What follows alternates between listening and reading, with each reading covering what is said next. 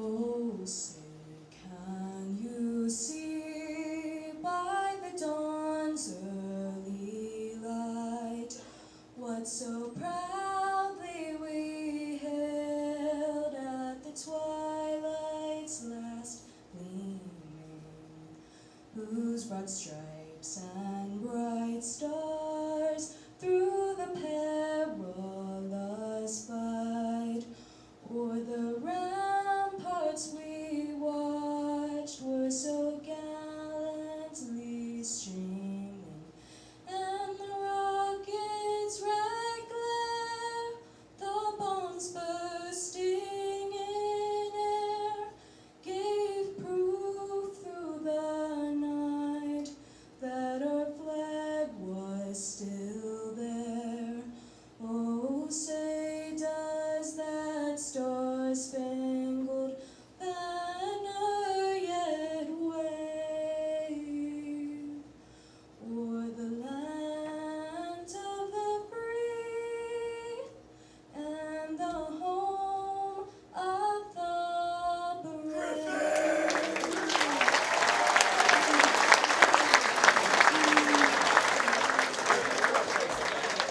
Great job.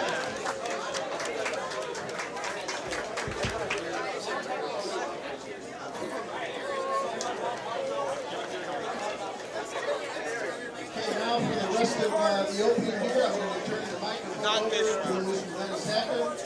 I have to warm up though. National President of the USBC and also the Association Manager for the Girardeau. Hey, no. Thanks, Gary. All right, guys, if I get your attention, a couple of things. We said that we got asked permission this morning for other people to live stream other than the inside bowling. We don't mind if you live stream, but you can't use the inside, the internet for the bowling center. You can't use the Wi-Fi because if you do that, it takes away from the inside bowling, and they pay good money to have him come down here and do that today. If you're going to live stream, you have to use your cell phone signal, so please do that. They asked me to throw out the first ball this morning as an honorary type of thing, and I said, well, that ain't happening. But I suggested that I had a championship team from 2022 Jackson High School here, and how about if we do a mass ball shot for those that I could get them to come back down here. So I've got some alumni. Elijah Barnes is here with us this morning. He is, just to let you guys know, this is 4 years ago, so these people are living in the real world right now. Don't try to steal anything from Target in South County because he will catch you in that store. Canton Bass is with us this morning. He's playing soccer for Matt right now, so outside of bowling, but playing soccer in college. Josh Kinder is here this morning. He is working like everybody has to do whenever you become an adult. And Tyler Amos is the fourth person that's here this morning. He is a senior at Lindenwood, bowling for Lindenwood University. And when he graduated high school, he was the captain of the Dexter High School All-American team. I have all four of these guys down here right now for a mass ball shot. So guys, if you would, let's get some strikes. No pressure. No pressure.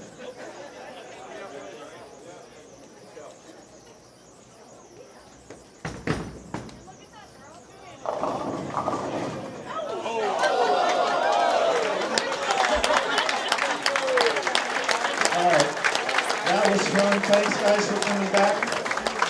All right, everybody, we'll turn the lanes on now for 10 minutes of practice for you guys. Let's get some good scores out there and give these bowlers a big hand of applause, please.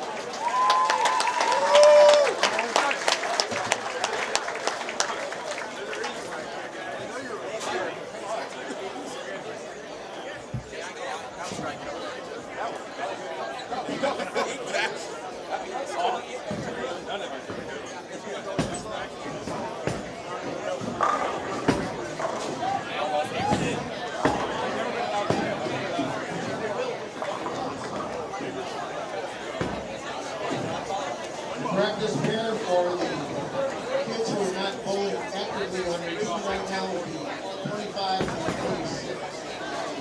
And then turn back on. I'm not like that.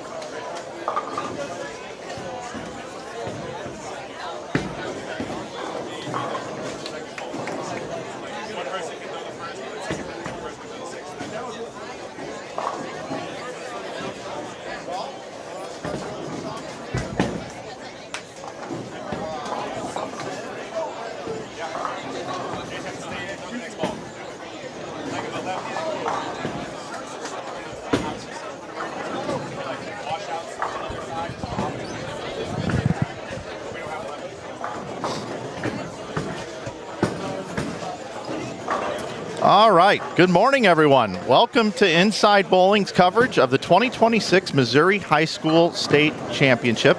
My name is Mike Flanagan. As you guys know, I am usually on this network all the time. It is my network. And today I'm joined by someone that I've known for an entirely too long of time. We go way, way back. I'm joined by Mr. Tom Dawson, the Hall of Famer, the guy that has dedicated more than half of his life to youth bowling. 40 years coaching. 40 years of coaching, Tom. That's incredible. And we go way back because when I was a young punk kid bowling at Strike and Spare with some hot shot kids, he was one of the coaches. And it's amazing to come full circle and to be broadcasting with you today as a 46-year-old adult. And I will be 80 next month, so we've got a lot of years. We've got 126 years between us, sir. Absolutely, absolutely. And it was great working with you when I had the chance. And look what happened just because you got exposed to bowling. Yeah. A good career for you. I wanted to be a pro bowler, like most people. Most of these kids out here, I'm sure, want to be that are here today for the event. But I was able to carve out a path to be in bowling, and it's been a blessing. That's great. That's great. And I'm looking forward to calling the action with you all day here today, as we have 21 teams. Right. 24 qualified, but sometimes things happen. They rarely get all 24, but they're usually, usually a little more than 21. But each team will bowl, every team, they'll bowl 11 teams, and this as a Baker format, and it's a scratch event, so they're allowed to substitute anytime, as opposed to if it's a handicap Baker, you can only substitute at a game because it affects the handicap. So they'll bowl 11 teams, they'll break for lunch, and then they'll come back and bowl the rest of the teams, and then they'll have a position round. And then the top 5 will go into stepladder finals, and the top 5 teams will get scholarships ranging from about $1,000 to about $7,000 for the teams in first place. Yes, there's $12,000 in scholarship money available, and that's thanks to the Bowling Proprietors Association here in Missouri. BPA. So shout out to BPA. They didn't have to do that, but we want to thank some folks. We've got Daryl James as our general manager here at West Park Lanes. Shout out to Daryl. He's always a great host. We'll actually be back here in August for the Missouri State Kings and Queens event with Dennis Hacker, who's here today, our USBC, but USBC president. Right. He is El Presidente. He's in the house. But he's also the hired help for the state. He's our association manager for the state of Missouri. He is. And the mousbc.org is where you're going to be able to see all of the standings. Yes. Hi there. Hello. This is all their numbers in the schools. Now, somebody said that you would prefer this if this was not 21 pages. This is fine. We'll work with it. Redo this so that we'll work with that. We're good with this. You're sure? Yeah, we'll work this out. This is much better than that. Yes. Yeah. Yep. This is perfect. Okay. That's our Bible. And do you have the? You don't need it. Okay. Yeah, because I can do it where it has them all in less paper. So. I think we'll be okay with that. Yeah. That'll work. Because we can pull it out by school. Yes, we can. Okay, so we're getting more information here as we have so many bowlers out here to cover today. But back to our thank yous. Daryl James, GM here. We're going to be back here again in August for the Kings and Queens. Then we've got Terry Signano. He's the guy that runs the whole thing. He runs the whole thing, right. He's a proprietor here in Missouri, so shout out to Terry, and thanks for the invite from Terry to have us come in and do his this. centers are Crestwood Bowl and Imperial Lanes. Yep. And then we want to thank Vicki Bowman, Cheryl Delashmit, is that how you say her name? Delashmit, yep. And again, Dennis Hacker. And, of course, you, Tom, for being here as well. A lot of people put this on, and all the standings will be available over at mousbc.org. Every 2 games is what I've been told. Right. And this is the 16th annual event of this event. 16th annual. Yes. 16th one. High school bowling in Missouri is a club sport. That's why you'll see that there are co-ed teams. If it were a varsity sport, there would only be male teams and there would only be female teams. It will probably never be a varsity sport because I've talked to people at Misha and they said we have our core and that's good. But it's good in one way and it's not good the other way. But if it became a varsity sport, and those of them that are bowling in a Saturday morning program, like I met you, Yep. they couldn't, once they got into their season, you couldn't bowl Saturday morning, you could only do that. So we have the best of both worlds. And over, I think 45 years ago, do you remember Gary Voss? I do. He started this, he started Mid-America High School Travel. Yeah, I was part of that for Vianney, and yes. Vianney's bowling here today. Yeah, and that's how it all started. And then about 18, 19 years ago, the rest of the state just started picking it up, and once they was pretty much saturated, then they decided to make it a state event. And one of the ladies on our state board at that time was involved with starting it at the big picture at the state level. And so they said, well, maybe we could support them. So the state gives, they're going to have people walking around evaluating these people, and nobody will know who they are.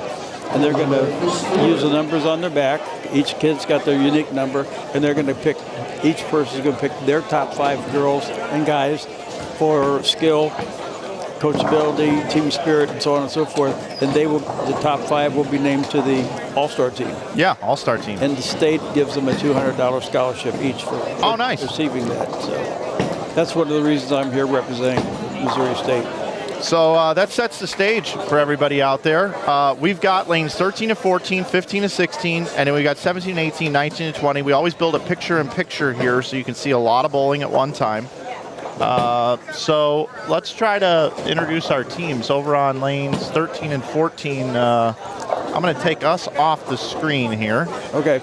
And we'll get to work as we start out game number 1 of 11 here this morning for you. And we'll be back again about 12:30 with another set of match play, and then that stepladder finals later on today. So 13 and 14.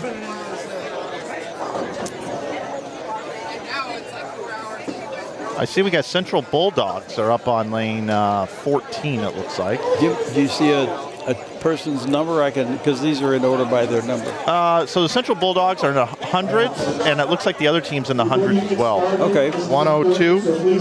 So it looks like that team right that you just crossed over there is going to be on the left. Yep. There. Oh, and it even has the lane number right there for the start. So we got Seckman, then you got Central High School is on 14. 15 is Lindbergh.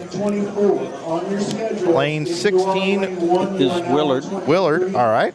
So if you want, I'll take the left pairs. Okay. 13, 14, 15, and 16. Got it. And then the picture-in-picture bottom right. Looks like on lane 17, we've got DeSmet, Jesuit. Yep. And on lane 18, Lee Summit North. Lee Summit, okay. And then Ray Peck. Yep. And then Kickapoo. Kickapoo. All right, here we go. A lot of bowlers to cover here today. And a lot of them, not only our audience is getting introduced to, but we're also getting introduced to these players. You got freshmen, sophomores, juniors, seniors.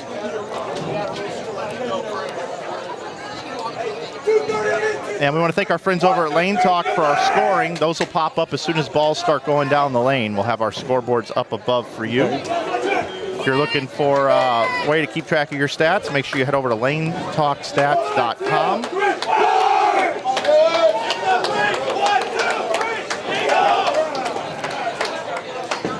And we're underway. Ball number 1. All right. The players are bowling on a house shot today, Tom. Absolutely. So the score should be very, very high. Bowling in the Baker system. Leadoff bowler bowls the first and the 6th frame. And then the second bowler will bowl the 2nd and the 7th, then the 3rd and the 8th, the 4th and the 9th, and the 5th and the 10th frames.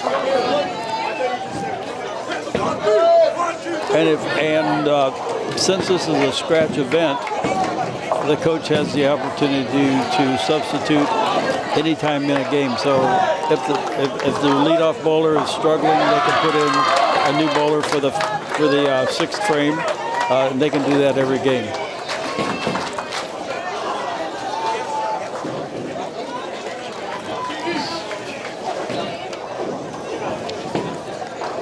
Oh, we had somebody take a spill there. It is a little humid here in the bowling center. I did notice that last night. Yeah. As Got I was a lot of rain. taping down a few things, and my tape didn't want to stick. Also, to those of you that are watching here on YouTube on our channel, thank you so much for tuning in to today's broadcast.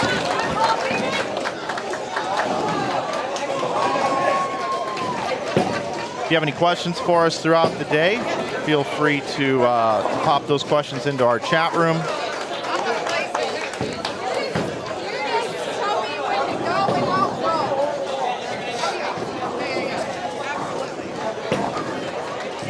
So are they seeing, if they're watching, they're seeing both?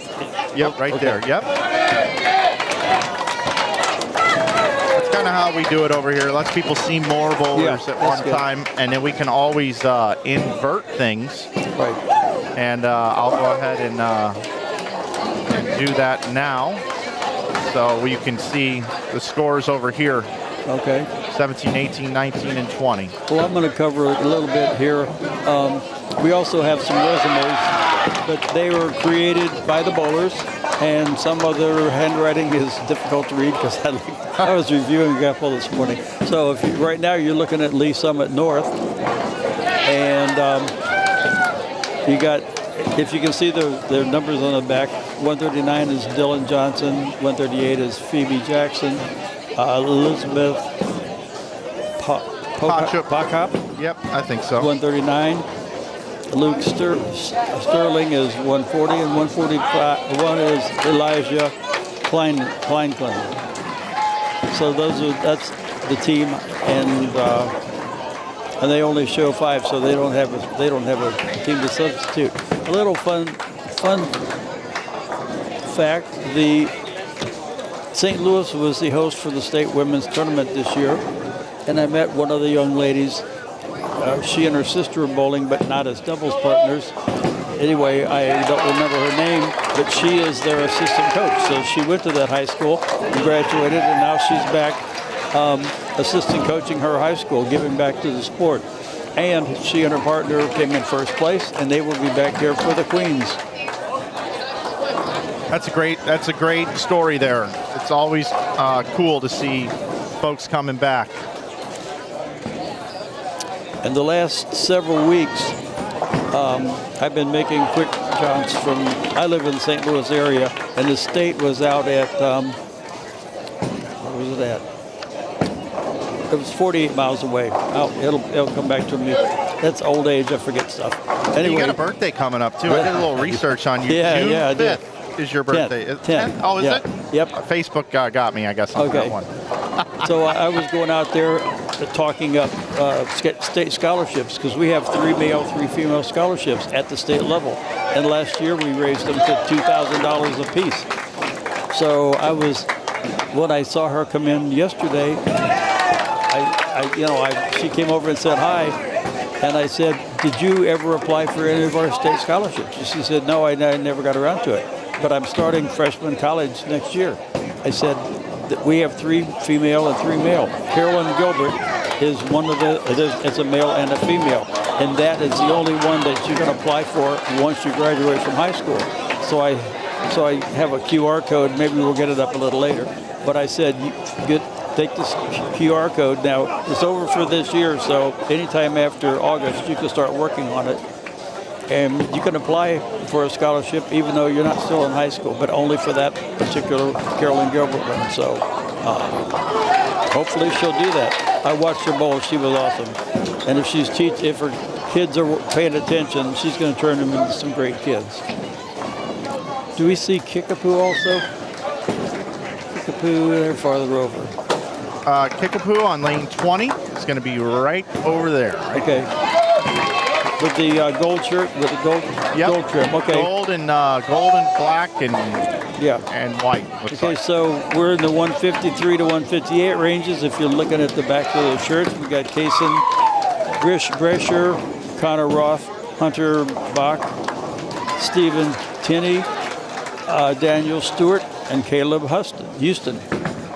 So those kids are there. They got 6, so they'll be able to substitute in if they have problems. And Ray Peck is on lane 19. Let me see if I can see what their shirts look like. Oh, they are also black with red stripes like on the back. We got Elijah Quintham, looks like Quintham, Jade Fleming, Caleb Standridge, Jackson Allen, Aiden Tuckfield, and Brendan Tuckfield. I guess related there. So they'll be bowling on 19 on this game. So good luck to them also. All right, we will invert things, and I will cover 13 and 14, 15 and 16. So again, on lane 13, we've got the Seckman team. Number 97 is Corey Conchemo. Number 98 is Jacob King. 99 is Caden Butcher. Number 100 is Danielle Roberts. Number 101 is Corey Heilinger.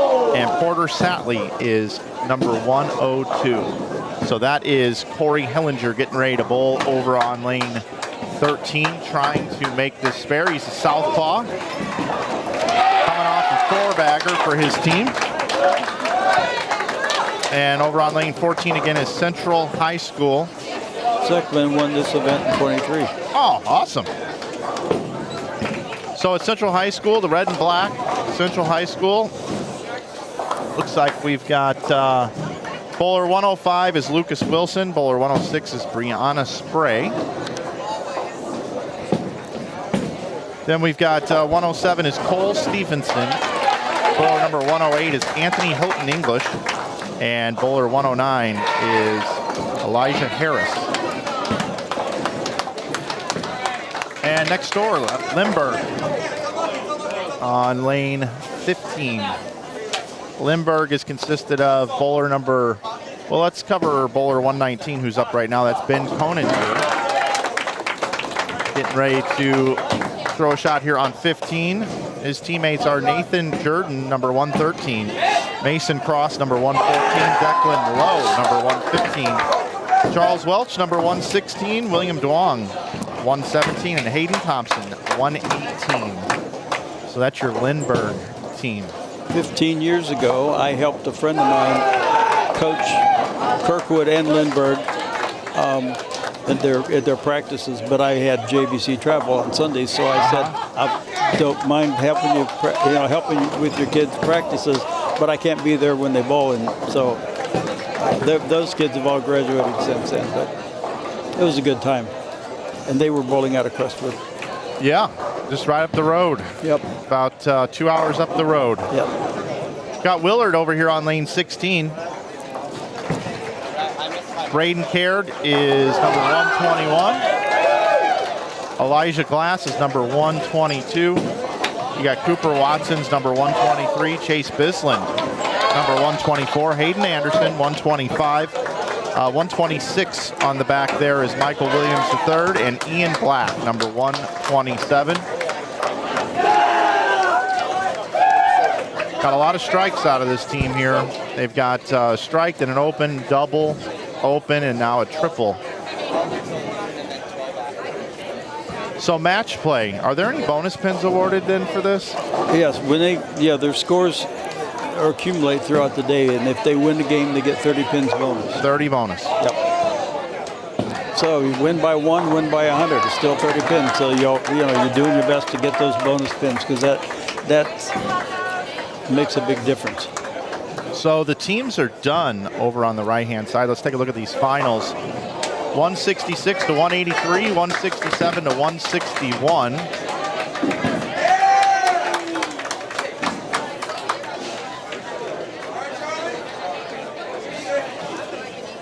Blistering pace out of those teams.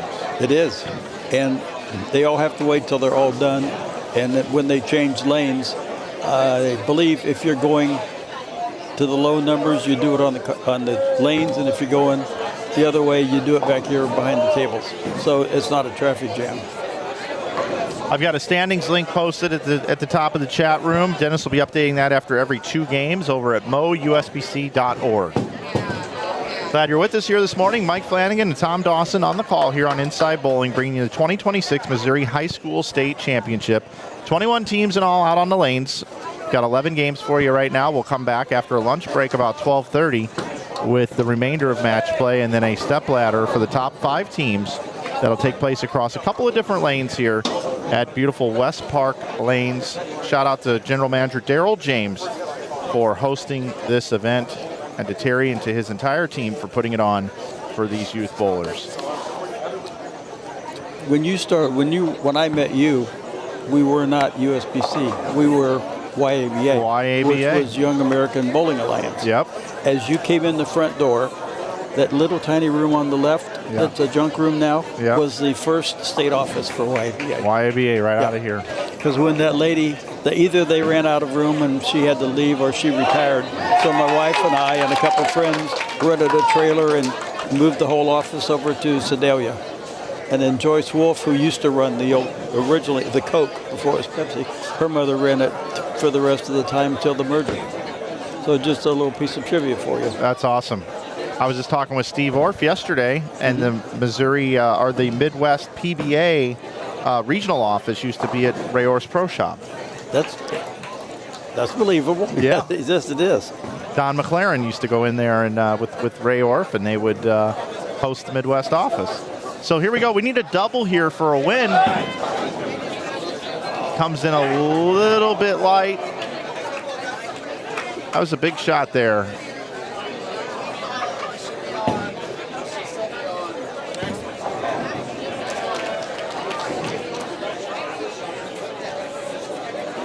Hayden Thompson couldn't quite get it done for his team. Yep. So with the spare, it'll be 169, 171, 169. So close, so close. Had a chance to battle back in that one after the open frame in the 10th.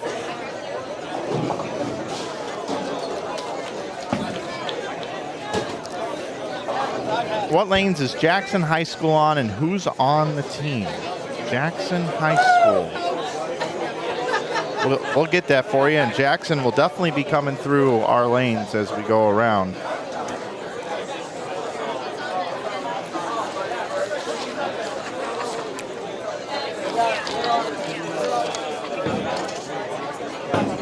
We've got 21 teams here. Jackson was on lane 5 for this game, so they're not anywhere near our camera. Yep. So the team, though, for Jackson is Caden Kiplinger, Caleb Martin, Aiden Haupt, Harper Burnett, and Hunter Jones. That Harper Burnett, I've heard his name. He's quite a bowler. Okay. But yeah, we'll have a bunch of different teams jostling around here.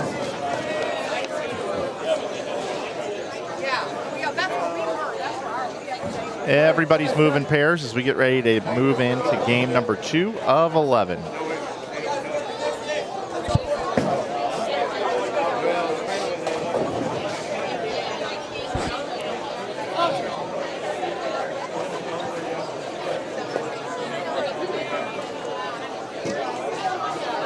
Looks like they bowl about 4 games an hour.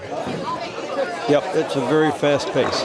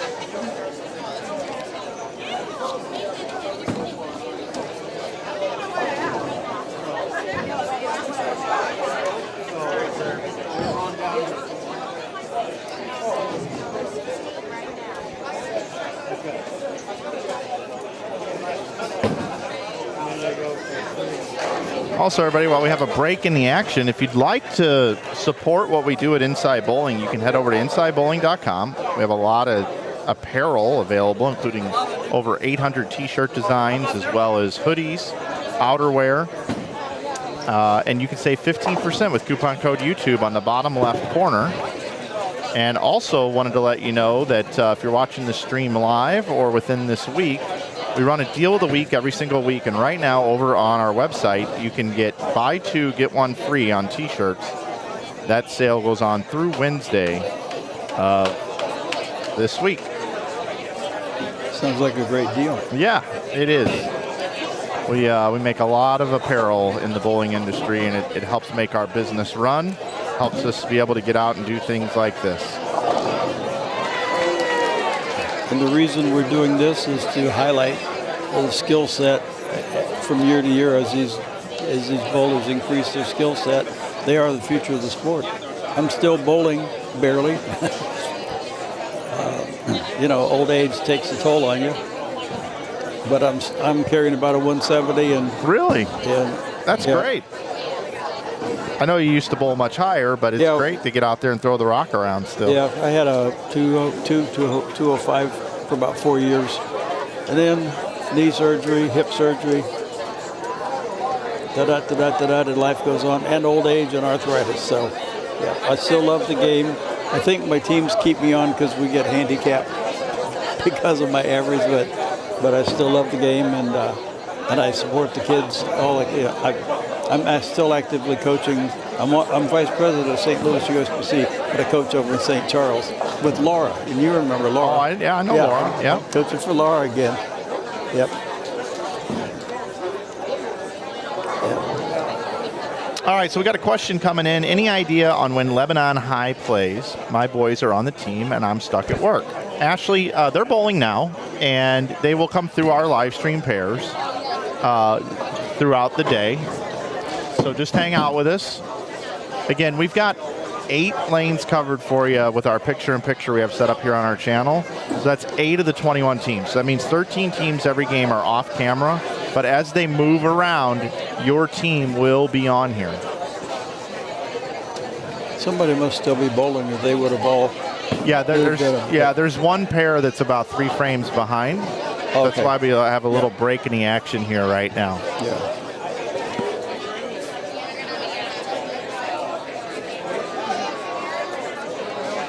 And while we're waiting, I can also pop up our schedule for today.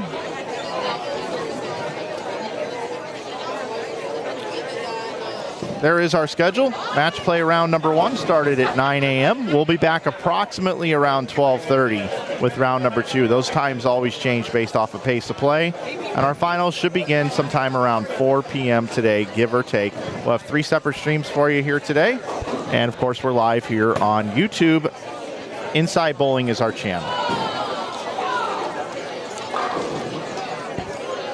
She was wanting to know Lebanon. Is that?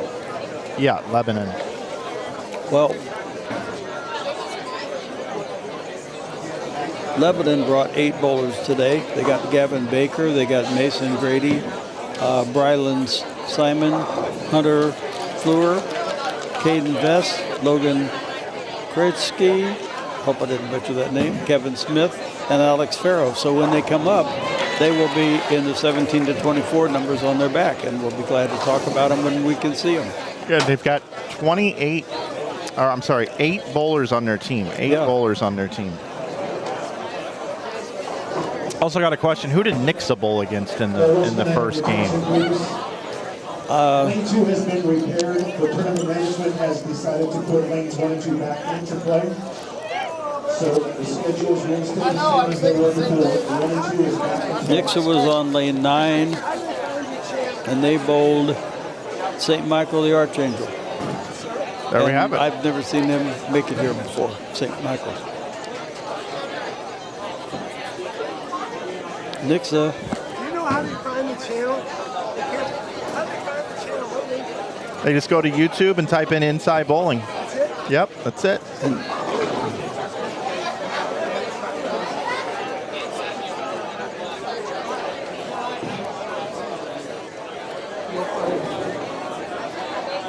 That other team is almost complete down there, and then we'll have game number 2 for you.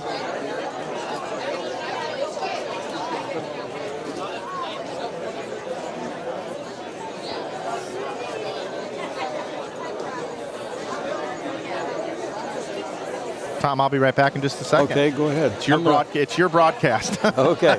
I'm going to go check on something. Okay.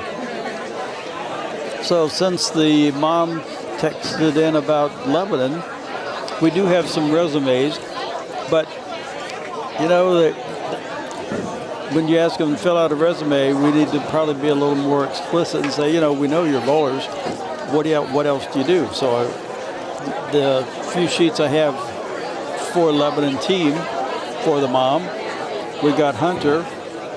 Hunter's senior this year, high game of 258, high series 621, and got a 2.4 grade point. Sorry about that, grade point. Mr. Farrow is also a senior. This is first year bowling. You know, you got to start somewhere, but he's 1 year. He's got a high game of 248 in the 580 series. That's not too shabby for a beginning bowler. And Garvin is a 10th grader, so he's got a couple more years to bowl. He's only been bowling 2 years. You know, a lot of bowlers, when I started bowling and when Mike was bowling, they came from bowling families. And, you know, parents knew the rules, grandparents, aunts and uncles, and they had probably already bowled when some of their relatives were bowling. But the majority of the bowlers now are coming in through high school because somebody says, hey, Tom, we need a bowler on our team because we want to carry 6. Do you want to bowl? You say, sure. But, you know, I really haven't ever bowled. And so you actually learn with the team. So that's how it goes. So anyway, Garvin also has a high game of 279 and a 694 series. And he had 11 in a row. Kevin is also a 10th grader. High game 255. He has a 613 series. And he's made state 2 years in a row. And I think that means family tournament.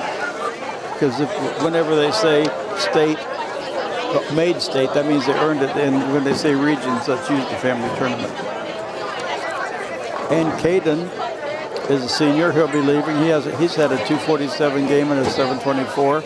And he was a qualifier in 26 state tournament.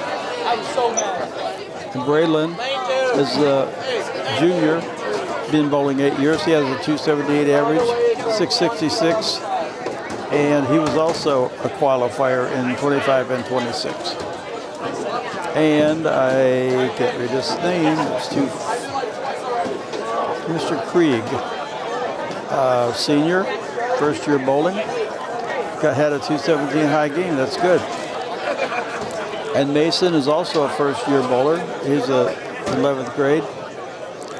He's had a 287 games and a 658 high series. So we have some good bowlers, and we have some coming up that hopefully be doing even bigger and better things in the next year or two.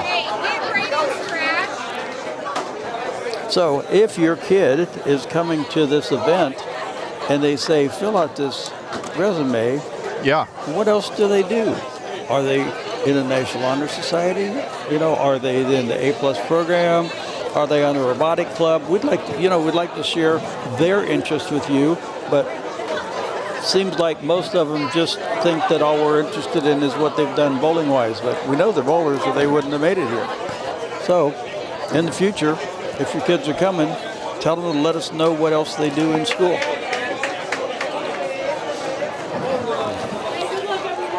All righty. Oh, this is beautiful. Thank you. All right. Oh, is that the schedule? It is. Right. It is. All right. So it looks like we got up on the left side of your screen, we got Lee's Summit taking on CBC. And then we got DeSmet taking on Ray-Pec. Is that right? Ray-Pec? Yeah, Ray-Pec. I think Ray-Pec is 2 schools that combined. That makes sense. It's Ray something and Peculiar. There's small areas in Kansas City area. And then it looks like over on lanes 17 and 18, we've got 14 and 6. So we got Central taking on Belton. And then over on lanes 19 and 20, we've got Willard taking on Neosho.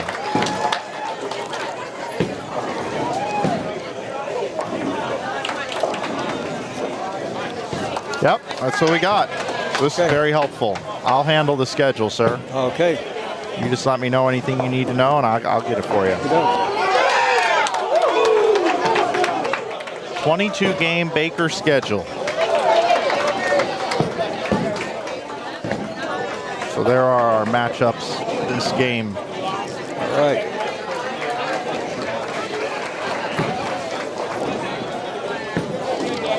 So you got CBC and DeSmet bowling right next to each other. Those are, I think they're probably rivals, aren't they? All the Catholic schools in the St. Louis area. You got CBC, you got DeSmet, you got Vianney here in the field.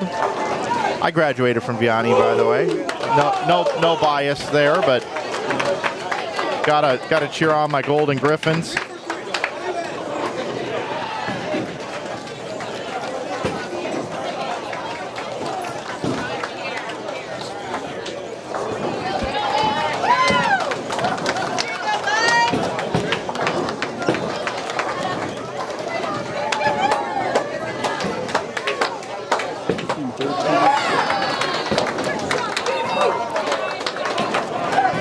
I'd like to welcome in all of our viewers. Again, if you have any questions for us, a lot going on here. Mike Flanagan here with you, along with Tom Dawson. We would love to answer any questions you may have.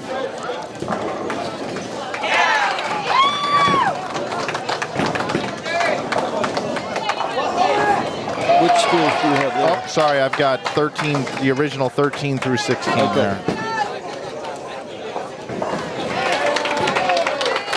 Getting our bowling on a house shot today. Going to be playing around the second arrow for the most part. Those that have higher rev rates will be a little bit left of that, throwing it to the right.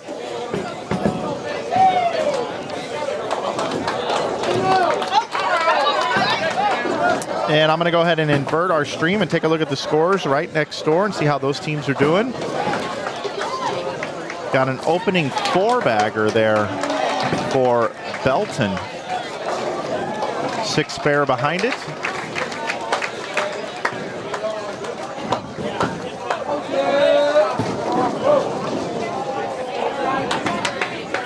High rev rate ball comes in high for a 3-4-6-10. You don't see that all the time. Sometimes you see a 7 with it. Looking to slide that 3-pin over into the 4. Are these the team numbers, or are these the lanes they started on? That's the lane they started on. Yeah, but you know what we could do is if you want, I'd be more than happy to tell you what team number it is if you give me the name. We could do that. You're talking about Belton, so what team is, you know what lane they started on? You know what? Actually, let's look at that. Neosho 1 is Lafayette 2. Yeah, so it's actually the exact same thing. The lane they started on is their team number. Okay. All right. So who do we have in front of us now? Yeah, you want to know the numbers? Yes. Okay, we got 18 and 7. CBC is 7. 18. So you're going to need to pull 17, 18, and 19. Okay. And then you need to pull 14 and 16. And then 1 and 6.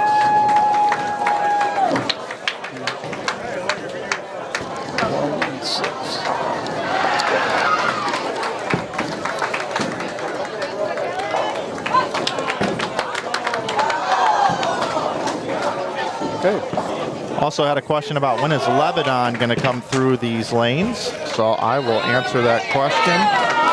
In game number 4 today, we'll have Lebanon. We'll also have Lebanon in game number 7. And we'll also have Lebanon in game number 8. And game number 11 for Lebanon. And what's their team number? Lebanon is number 3. Okay. That'll be later on. Okay, so, good enough. We just had a question here in the chat. Yep.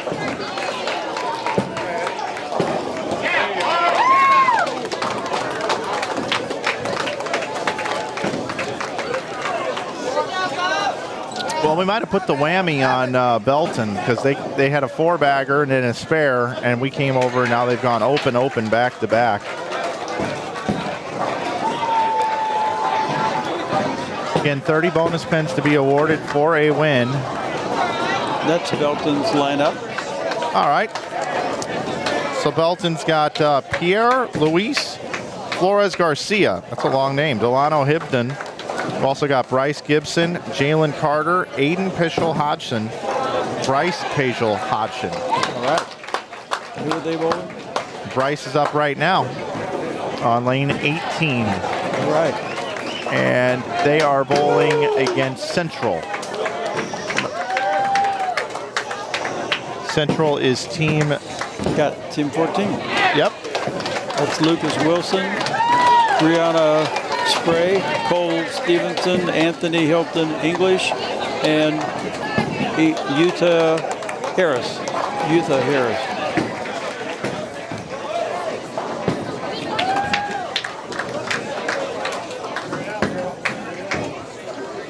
We'll hop back over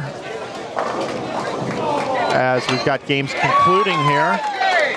Looks like CBC is going to get the win, 213 to Lee Summit's possible 204. And we've got a lockout over there already for CBC. Raypack. It's going to bowl at least in the 190s. And DeSmet's best they can do is 157. So a win for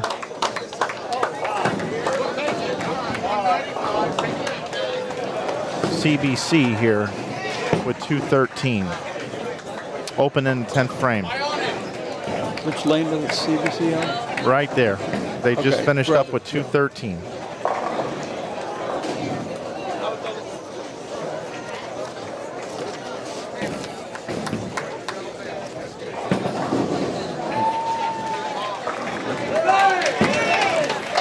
And the Smet is right next to him, aren't they? Yes. Yep.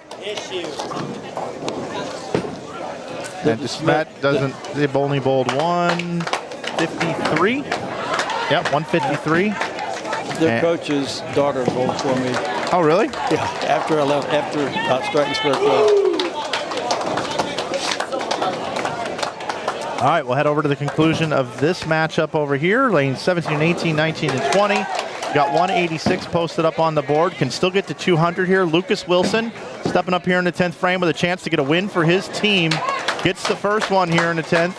So now he's going to need to fill seven on 2 balls for his team to win.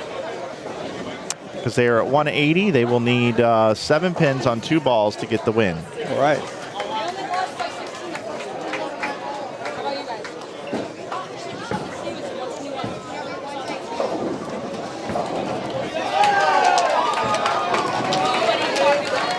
Triple for Willard. They can still bowl 205. The best Neosho can bowl is 162, so it's going to be a win for Willard here in game number 2. Tom, I don't know how you did this by yourself last year with this much action. I didn't have these for one thing. This is a lot of action. I just had the program, and I had all these folders. Well, I've been up there screaming for more information, and they keep bringing it to us. So maybe we can order some Outback or something, and they'll bring us some food. It's a little early for Outback, I think. Yeah, I ate at Outback last night. Did you? You're staying at Pear Tree with us, right? No, I stayed just up the road. Okay, that's right next to the Pear Tree, so we ate there. Christy here in the chat says, let's go Belton Pirates. 89 and 86.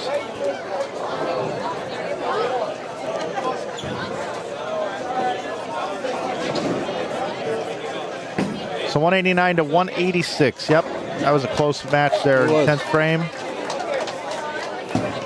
It's game number 2 just wrapping up. Starting to find our groove here on Inside Bowling. Mike and Tom bringing you the action right here from the 2026 Missouri High School State Championship.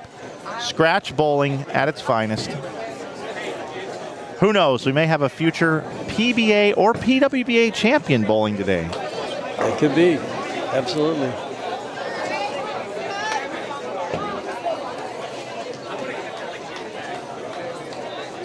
Well, Spencer went to Kickapoo, Yep. and he bowled 1 or 2 years here.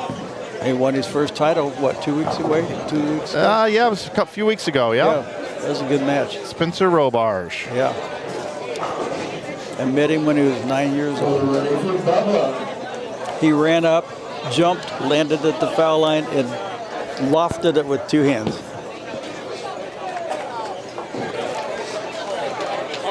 All right, Tom, just when we got everything figured out, these players are all going to move around, and we're going to have a new set of matchups.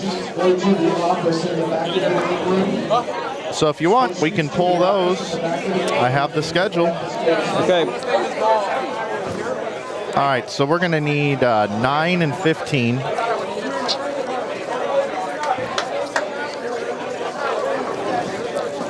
Nixa and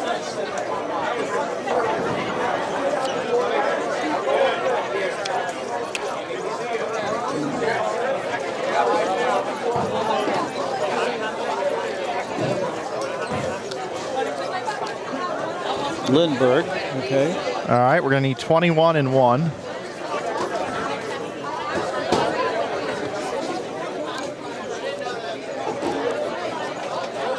One is Neosho.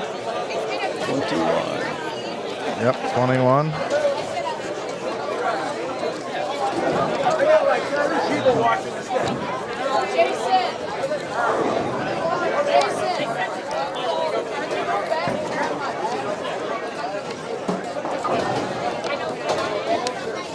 Well, it'll be here. I'll find it. 20. Would have been easier if it was in a ring binder. Probably would. You're not wrong there. All right. We got our paperwork up here, everybody.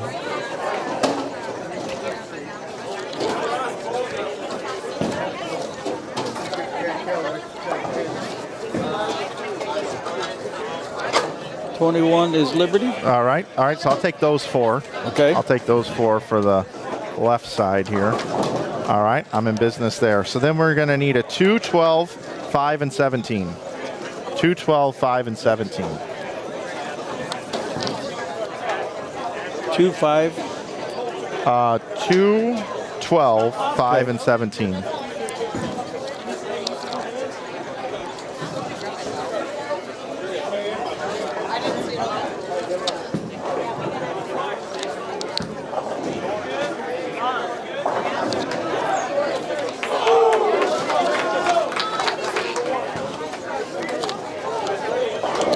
To Smith again. Okay. So we have Lafayette and Jackson and Blue Springs and DeSmit.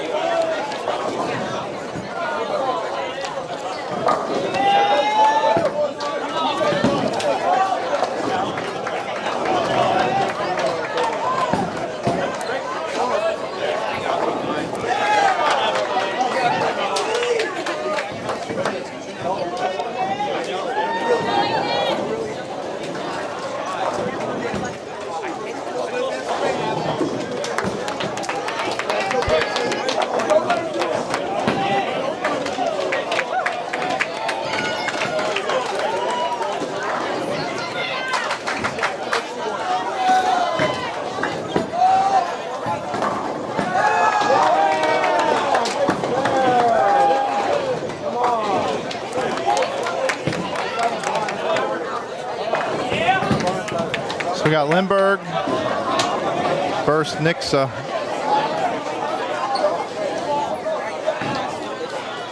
Here's some of the resumes from Lindbergh if you want to review them. Yeah, I'll take a look at that. They're in the back section right there. Yep. And who else have you got with Lindbergh? So we've got, I just want to make sure I got my schedule right here. 15.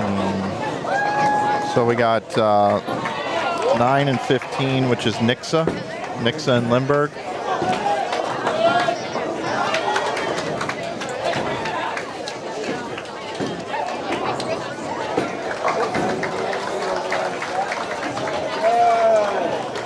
Lindbergh is coached by Carol Williams, Chris Williams, Stephen Thompson, and Brenna Lowe. That's a lot of coaches for one team. It is. Got Nathan Jordan, Mason Cross, Declan Lowe, Charles Welch, William Duong, Hayden Thompson, and Ben Coninger on that team. There's your Nixon. Okay, thank you. Yep.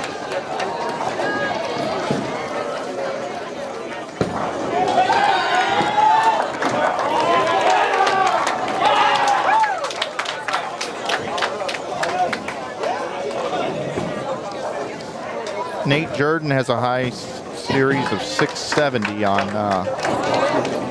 Lindbergh.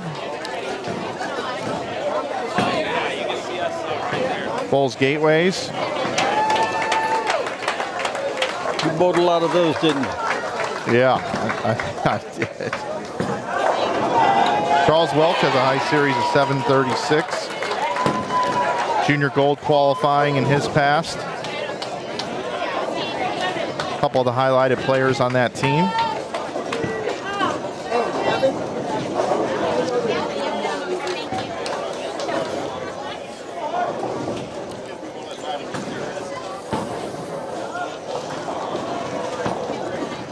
Got some recaps here from Lafayette, and they all left them at home and had to redo them because they're in the original writing on the real papers.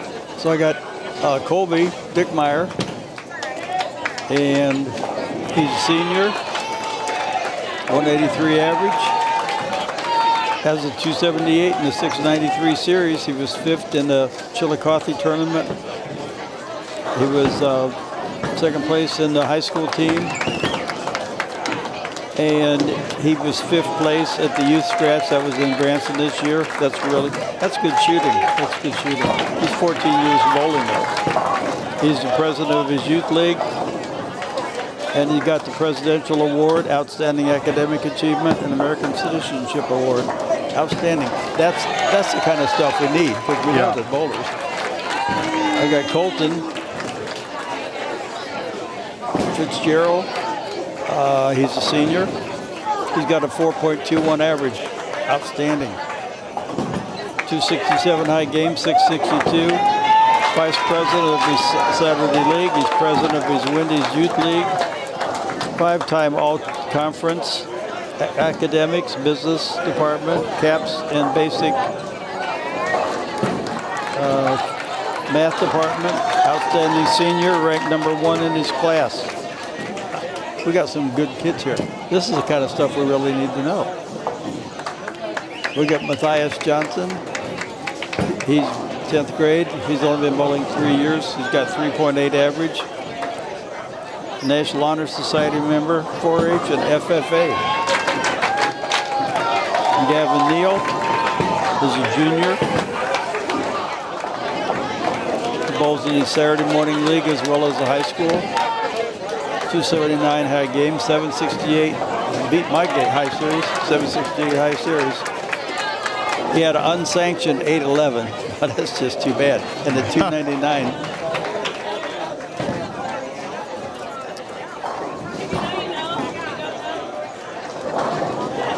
Take a look at the scores over here, 13 and 14, 15 and 16.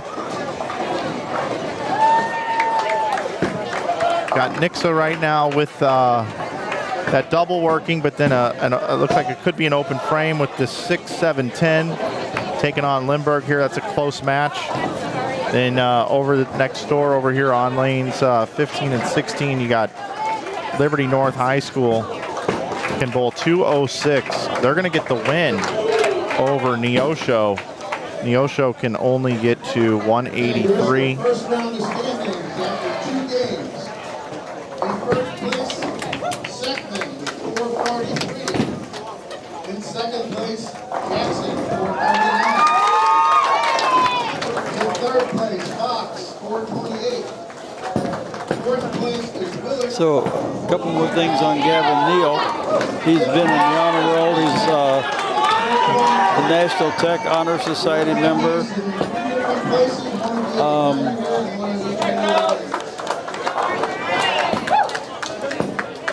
He was Student of the Month 2 times.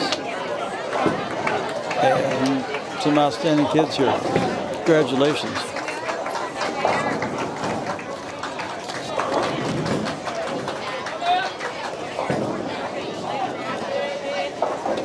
Move back over to here. We got a couple of close matches here. 213 to 212 max possibilities over on lanes 19 and 20.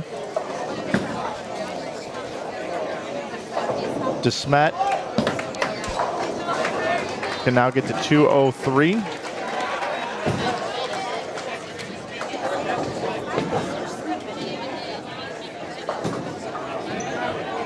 Taking on Jackson here. Big opportunity for Jackson. Strike in the 10th frame and still get to 212.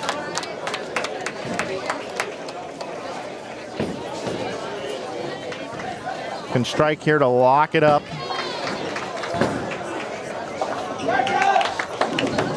Up with DeSmet missing the spare. They cannot win the game now. They cannot win the game. Jackson's going to get the win. Still got a 190 possibility for Lafayette. Taking on Blue Springs. Blue Springs can bowl 183.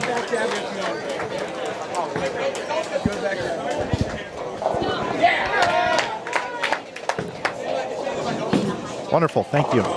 Got our standings just coming in. They just made an announcement here in the house. Seckman right now leading at 443, followed by Jackson at 439, then by Fox at 428, Willard at 425, fifth is Ray-Peck at 422, sixth Lebanon at 417, followed by Nixa in seventh at 407, CBC eighth at 406, and ninth is Vianney at 404, then Central is 10th at 390, Blue Springs 11th at 387, followed by Lee Summit North in 12th at 385.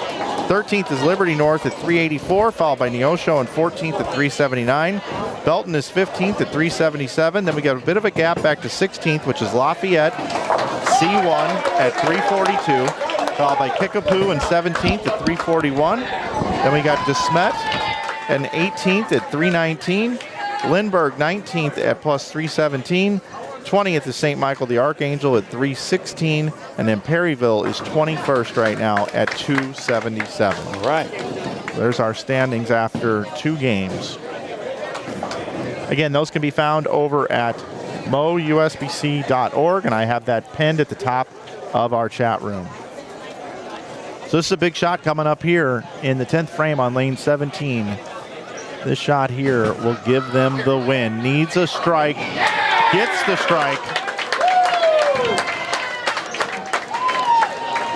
Will need 4 pins if Blue Springs strikes on this ball.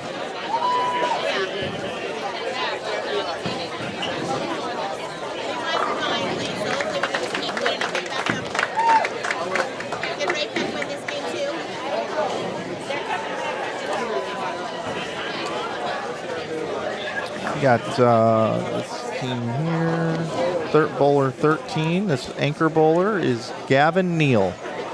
Big shot in the 10th by Gavin for his team, doubling in the 10th frame. Throws it great with 2 hands, big tall player. And that's going to get it done at Brooklyn on the end, 190 to 183. Another close game. Taking down the win. Nothing feels better to step up in the 10th frame and strike out for your team. Absolutely, absolutely. All right, 4th game coming up. 3-6-7-22. 3-6-7-22.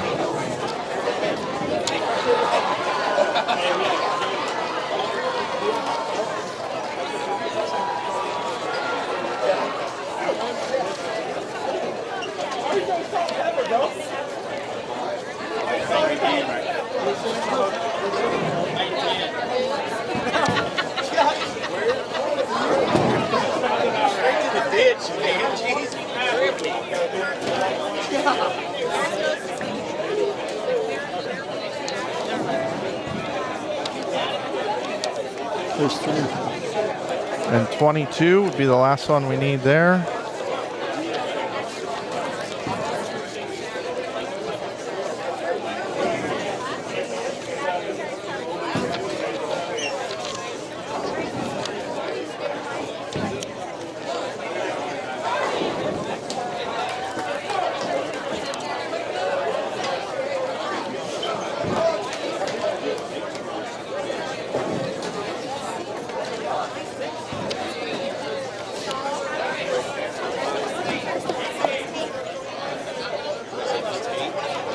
standings on the web. Yep, got it.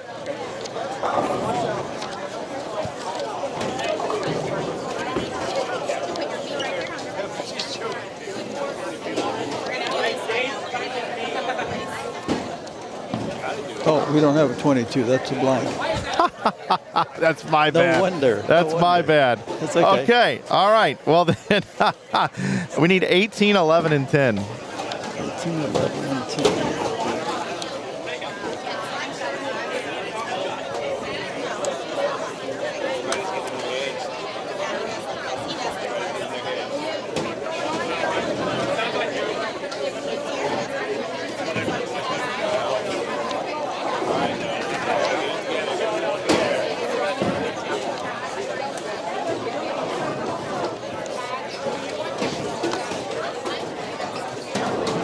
Which ones you got over there? 11 and 10. 21 goes with it as well. So we just need 18 to go with that. Okay.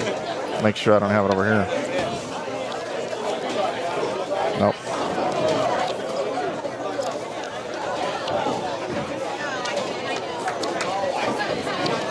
Don't have it either. Let me check over here. Yep, you're going to be, again, 18, 21, 11, and 10.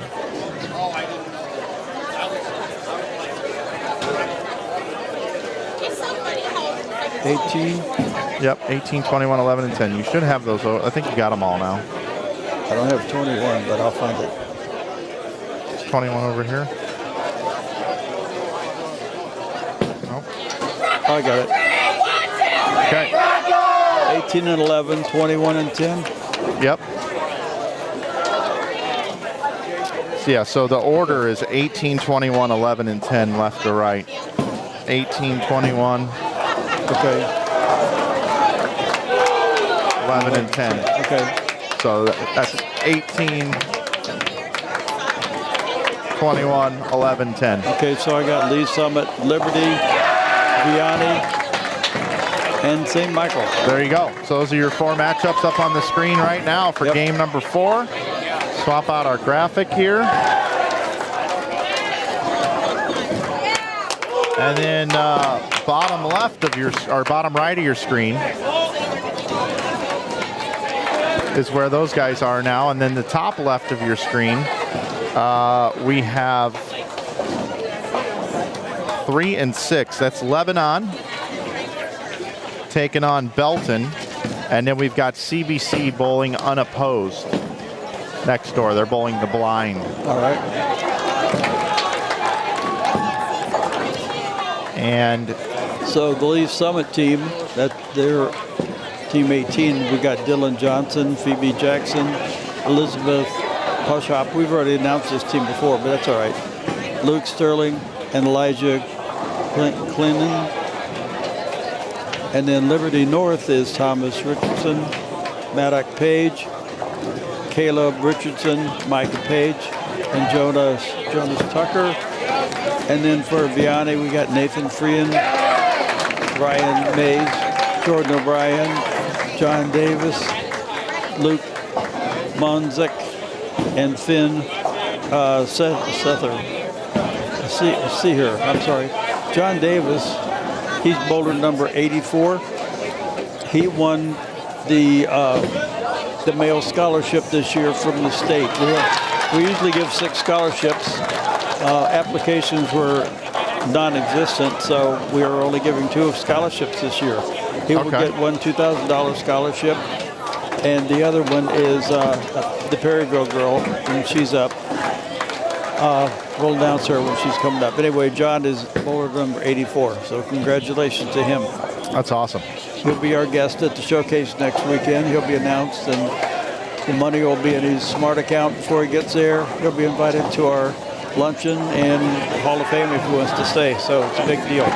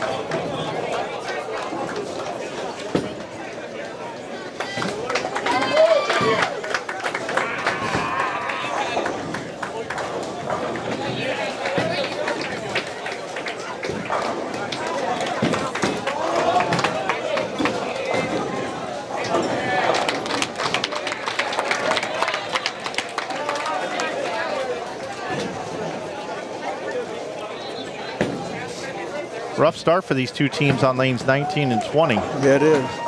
Only got one strike here through about 4 frames.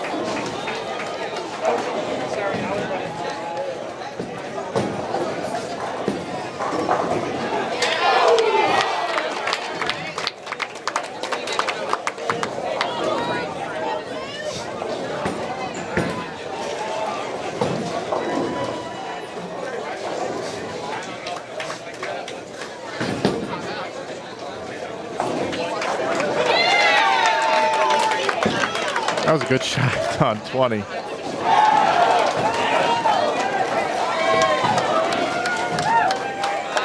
Again, CBC's bowling unopposed. That 169 was from the last team that bowled. They're bowling unopposed right now. We have 21 teams, so 22 lanes are used, so CBC bowling unopposed.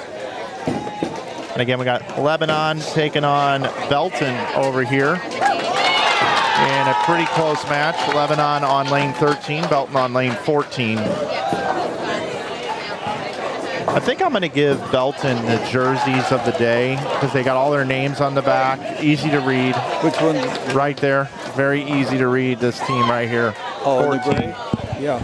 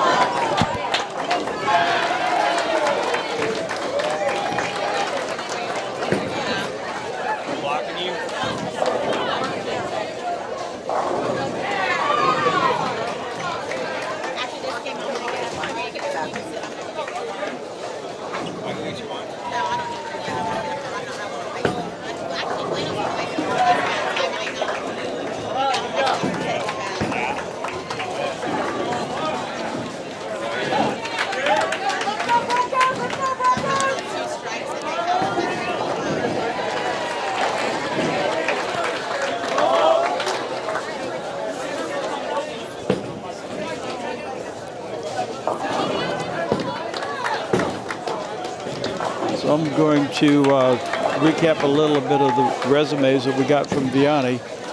John Davis, as I said, he's the one that won our male scholarship this year through the Missouri State USDC. He's a senior this year. 4.13 grade point, 269 high game, 709 series. He was a member of the league champions for the Mid-America High School Conference. That's the handicap one. He was captain of Vianney teams for 25-6.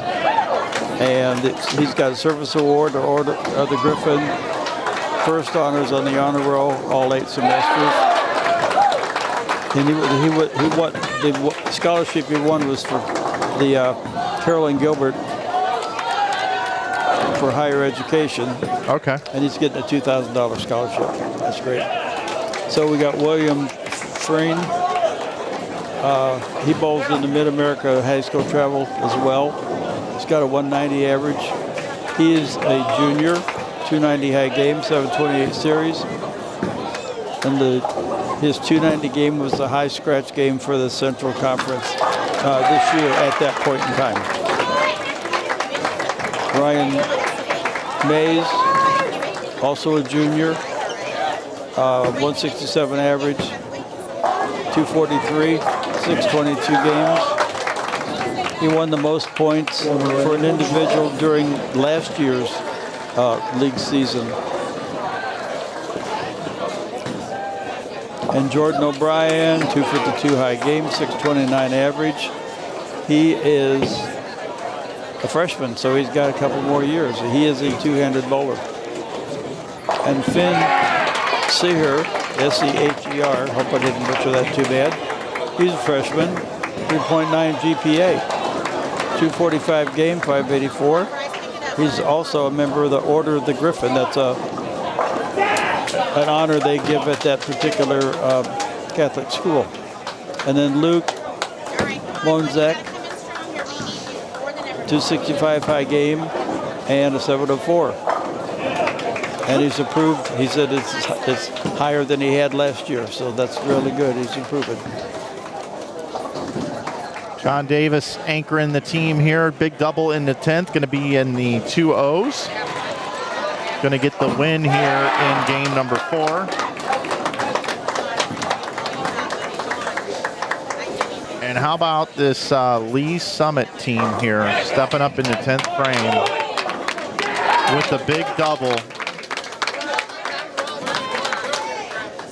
But the Eagles here also stepping up with their own double. So this is going to come down to count here on the fill ball with a 3-pin advantage for Lee Summit.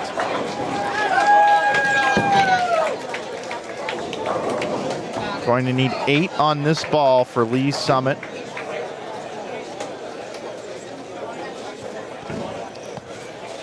I believe that is Elijah Clankin. And a strike. Strikes out in the 10th frame, a 5-bagger to finish the game, 196, and a win. Outstanding, outstanding. For Lee Summit. Your anchor bowler is so important.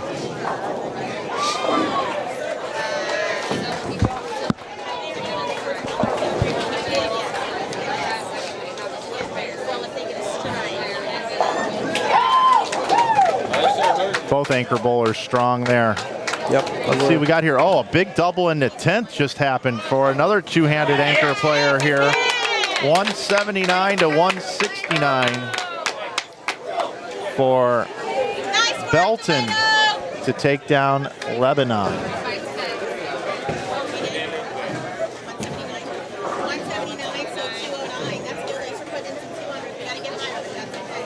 Nice finish there, and it was CBC with 163. Do you just get the 30 bonus pins awarded when you bowl against nobody? Does everybody, since everybody bowls them once? There's a minimum, and I'm not sure. Last year I asked, and I forgot what it was. But yeah, when you're bowling unopposed, you have to, I think, shoot within certain percentage of your average. Gotcha. But yeah, you would get the bonus. All right, well, it's that time again for us to... There's a lot of really close games so far. There really are. That's what happens in the Baker system. It does. Okay, we're going into game 5. After this game, we'll be almost at the halfway point of this morning block. We'll have 11 more for you this afternoon after the lunch break. All right, game number 5, 13 and 14. We need 12 and 20, 6 and 8. I got a 6 over here. 12, 20, 6 and 8. All right. 12, 20. All right, 12, 20, 6 and 8.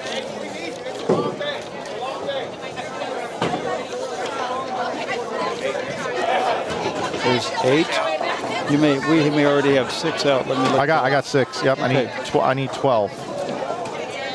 All right, 12, 20, 6 and 8. So we're gonna have Blue Springs against Kickapoo, and we're gonna have Belton against Fox. That'll be on lanes 13 and 14, 15 and 16. So then you need, for your lanes over there, you're going to need 9, 19, 4, and 20, 20. I'm sorry. Oh, boy. Here we go. 9, 19, 4, and 22.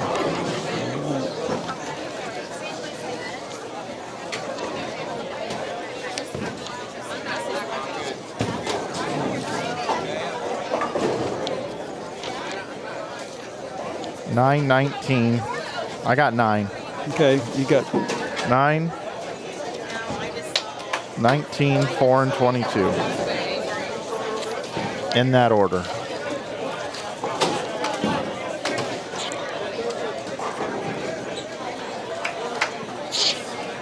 nine, 19. Yep. 4 and 22. Yep. Oh, then 22 doesn't exist. Oh, you're we right. learned that. Yeah, duh. Okay. We're good to go. This is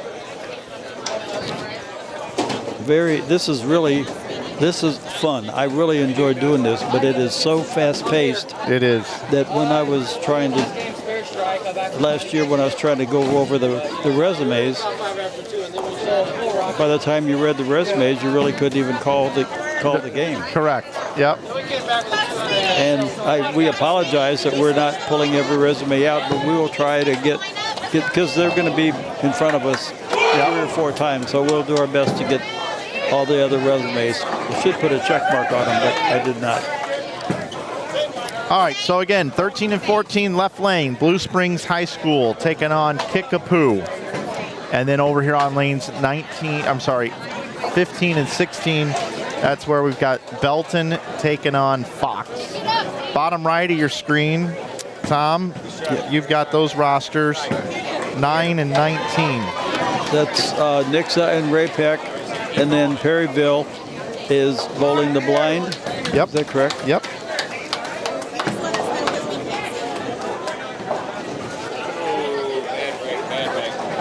And because we are going into an odd game, that means that the scores are going to be updated on that link at the top of the screen, and we'll have an updated scores after 4 games here, probably in about 3 to 5 minutes. So we've already announced the Ray-Pec team before, so I won't go over that. I don't know if we have announced Nixa yet. I don't believe we did. So on Nixa, we got Addison Harvey, Nicolette Fowler, Will Wright, Dash Crawford, Luke Bailey, Nick Platt, and Lincoln Blown, B-L-O-W-N, Blown. And then for Perryville, we have Jackson Berkowitz.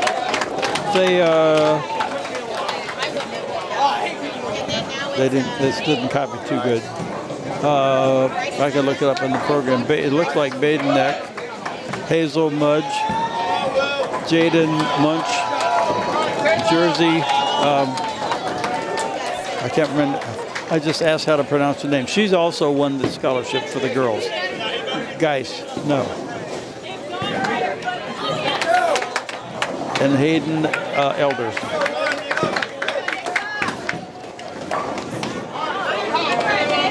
I did meet Jersey at the state tournament because I was, again, trying to trump up people's interest in the scholarships. And she said, "Oh, I just won that." I said, "Oh, I'm the guy that called you." That's right. It's good to put a face with your name. And Tom, over here on 13, I got Blue Springs. That's Gage Wilkins, Trevor Woolery, Mason Woolery, Gage Patrick, Tanner Campbell, and Jackson Rangel taking on Kickapoo, who has Kaysen Brashears, Connor Roth, Hunter Bach, Stephen Tenney.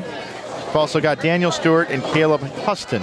Right side of your screen, for Belton, again, we've got Pierre Luis Flores Garcia, Delano Hibden, Bryce Gibson, Jalen Carter, Aiden Pidgeot Hodgson, and Bryce Pidgeot Hodgson. That makes up the Belton team. And for Fox, first time seeing them here today, we got Dean Kaiser, we've got McCoy Goddard, we got Bentley Pullum along with Landon Pullum, Miles Mann, and Ava Viviano.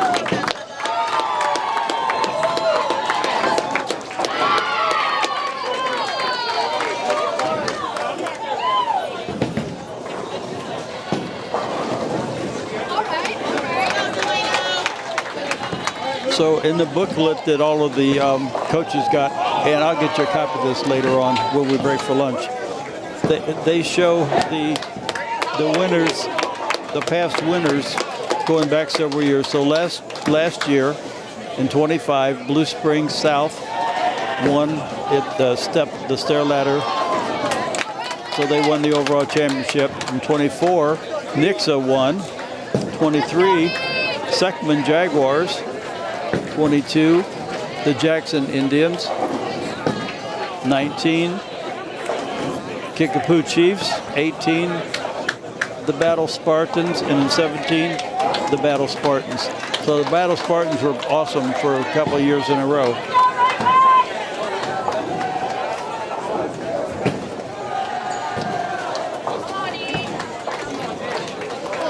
Blue Springs, your defending champs, huh? Yes. And it was, their three-game stepladder was neck and neck all the way. And they were in 11th after 2 games. Yep. I'm not sure which of their players they lost, but I think Whitey was bowling for them last year, and he's going to college now. He was awesome. Can't remember his last name. He was also on the All-Star team.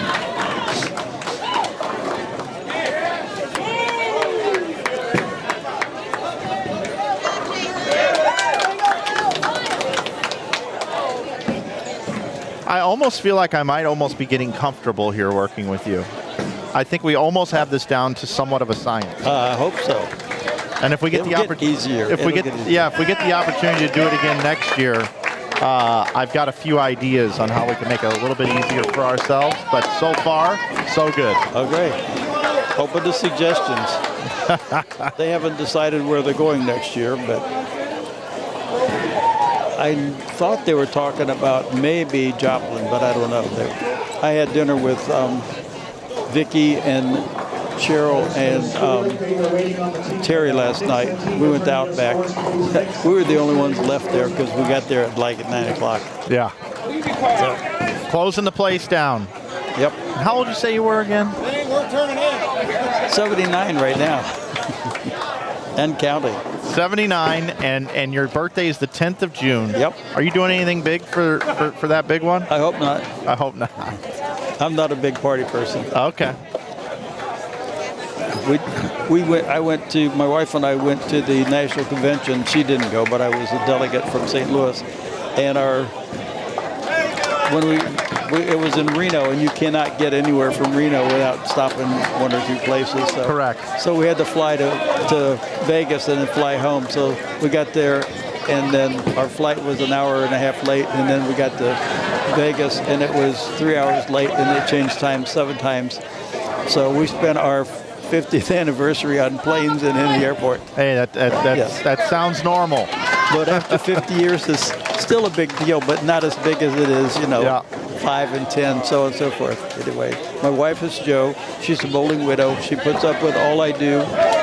And we bowled in it was at Strike a Spear. It was called AFL, After Football League. It was like a 12-week. And she quit because she didn't want me to coach her.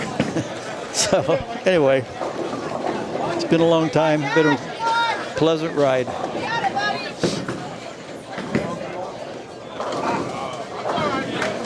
So let's take a look at these scores here. We got Blue Springs looking to battle back in this one. With a spare, they can still get to 172.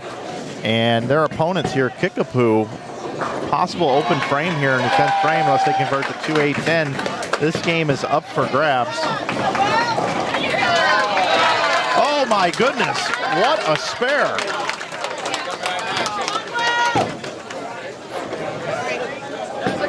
Let's take a look at that again. I think I have it. Look at this spare. Whoa. Makes the spare. All right. In first place is Jackson. We'll have a score update for you here in just a second. So saving 178 possibly here for Kickapoo.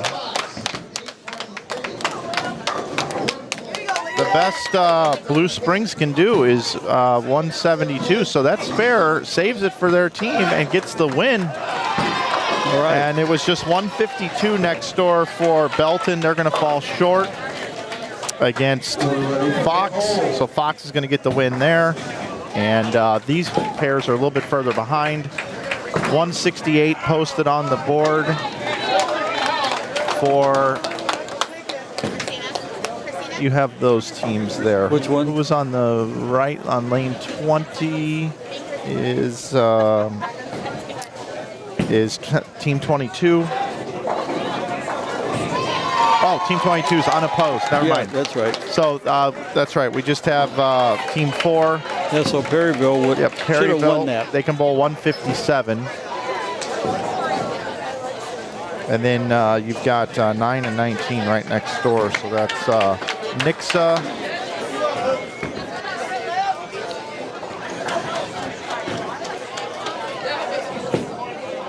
Looks like Nixa can still bowl. There's a lot of bowling left here. Ray Peck. Ray Peck can bowl 205. I would think that would be enough. Ray Peck could do that. Yep. Standings came in after 4, huh? Yep. So your leaders now are Jackson go to the lead. Jackson and Seckman flip-flopped. Seckman was leading. Now Jackson goes to the lead. They have bowled 948, Jackson has. 909 for Seckman. Fox is third at 843. Fourth is Willard at 831, excuse me. They're actually plus 31. Lee's Summit is 8-19, and they're in 5th. Liberty North is 6th at 8-13. Then you got CBC in 7th at 8-11. It's followed by Vianney in 8th at 8-08. At 8-06 in 9th is Kickapoo. 10th is Belton at 7-96. Then you got in 11th is Lebanon at 789. Also at 789, tied for 11th is Lafayette COC1. Ray-Pec is 13th at 780. Then you've got 14th is Blue Springs at 749, followed by Nixa 15th at 714. At 700 is your 17th team, which is Central. Neosho is 18th at 695, followed by DeSmet, St. Michael the Archangel, and Perryville. There's our standings. All right.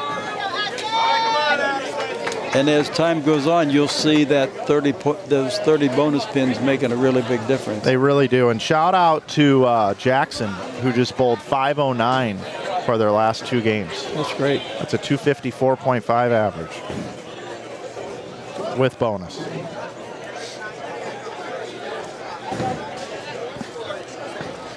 Come on, ball.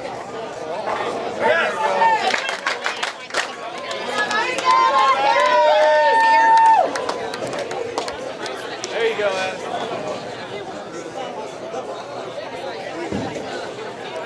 So we've got a situation here, 122, 152, 182. That means they got some wood left here. They can bowl 182, can win by 1 pin on lane 17.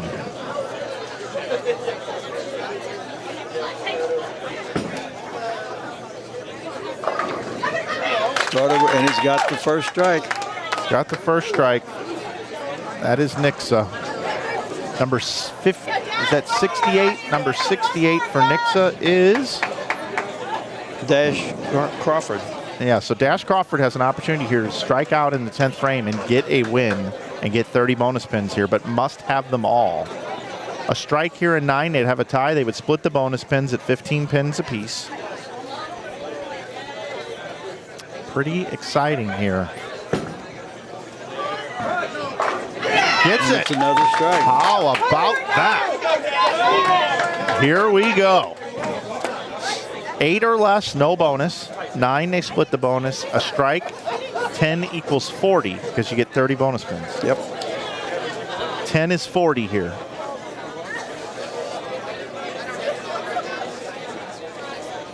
Dash Crawford for Nixa. He's throwing the double.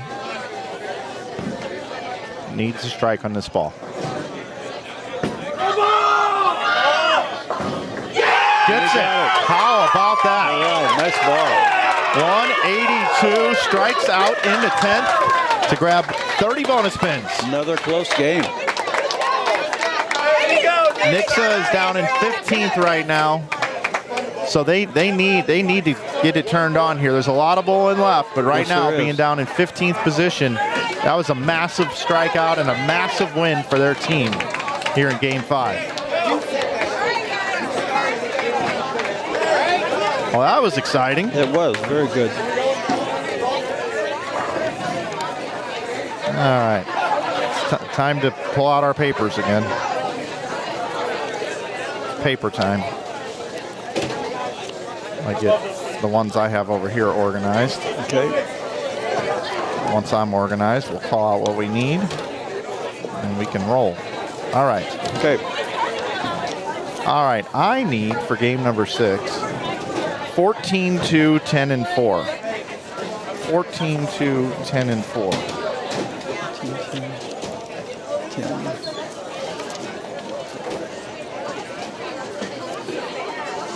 And you have to have them all. I do. 14, 2, 10, and 4. and then 4. So this is the first time we've seen Perryville, so we'll be sure to have, we haven't seen St. Michael either, so we'll have to announce those for sure. All right, so I keep mine in order here so I know Okay. left to right. There we go, 14, 2, 10, and 4. All right, then we need, for you, we need 7, 15, 13, and 8. 7, 15, 13, and 8. You have those. So here is 7. There's 8. There's 8.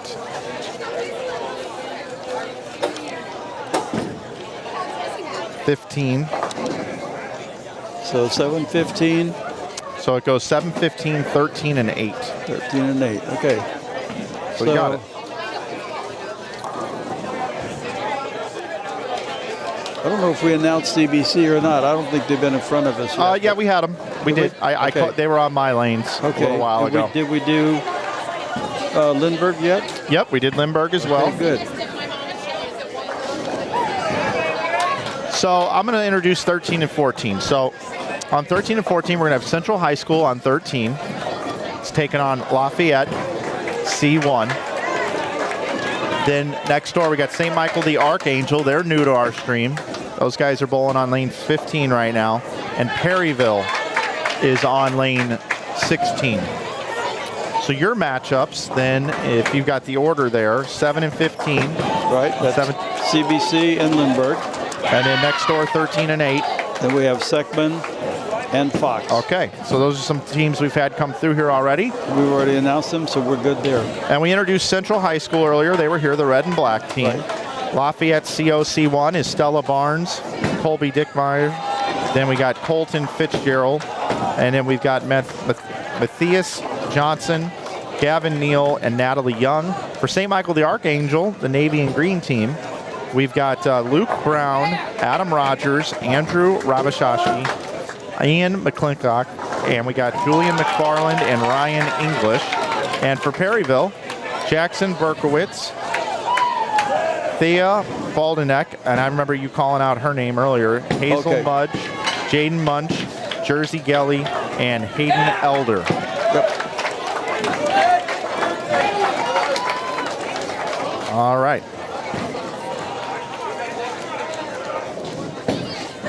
So some new faces on our screen here. See if we can get some more bowlers striking out in the 10th frame for some wins.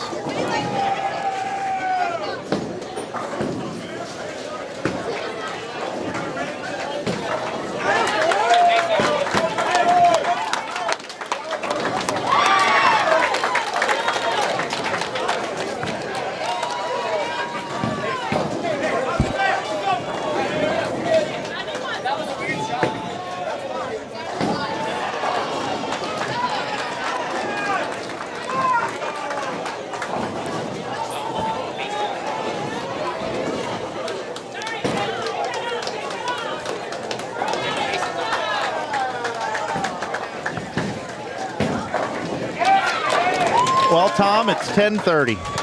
It's going fast, isn't it? 10:30. Four games in and in about an hour and a half. Yep.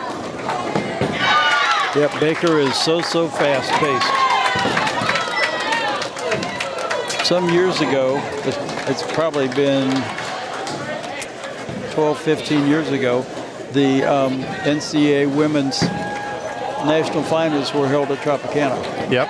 And that was when Dale Bone was still alive, and he was. I remember Dale. Yeah. So somebody from that group called and said, "Are there any of your bowlers? Are there any of your board members that are retired? Because we would like scorekeepers." So I got to keep score. Oh, that's cool. And it was awesome. It was just awesome. They actually wanted us to keep the Baker score. And that was really, it was rough because they swap people, like changing their socks, Yeah. And I was talking to the one coach from, he's an older guy, can't remember the school. And I said, I wish some of the female bowlers that bowl for me could be here, but they were in school today because it was a Friday. I said, because I've not seen a single 10-pin missed, in like 20 games. That's pretty amazing. The spare shooting is so superb. When the kids are starting, they don't care. Well, they do. They get mad when they don't pick it, but they don't want to try to practice it. And sometimes when your 10-pin sucks, you go out and practice and you throw 10 pins every ball. And then whatever's left, you pick up your spare. That's the only way to do it is through repetition and relaxing. You got to relax. Central High School in Lafayette throwing a lot of strikes up there on lanes 13 and 14. St. Michael the Archangel and Perryville also putting up some strikes. But Tom, I got to move over here to these matchups here. The action is fast and furious. We got the front 6 over there, and then an open frame and potentially another open frame. Lindbergh just gets a strike there in the 5th. Is that Vianney that's got the big string, or is that Willard? Whoever's on lane 20, which should be your last. Oh, I'm sorry. That would be Fox? Yeah, they're the red shirts. 22. Or excuse me, not 22. Game 6. 8. That's Fox. Yep, Fox. And Fox right now is currently 3rd in the standings. That's great. I think Mary Roberts is their coach. I've known her for years and years and years.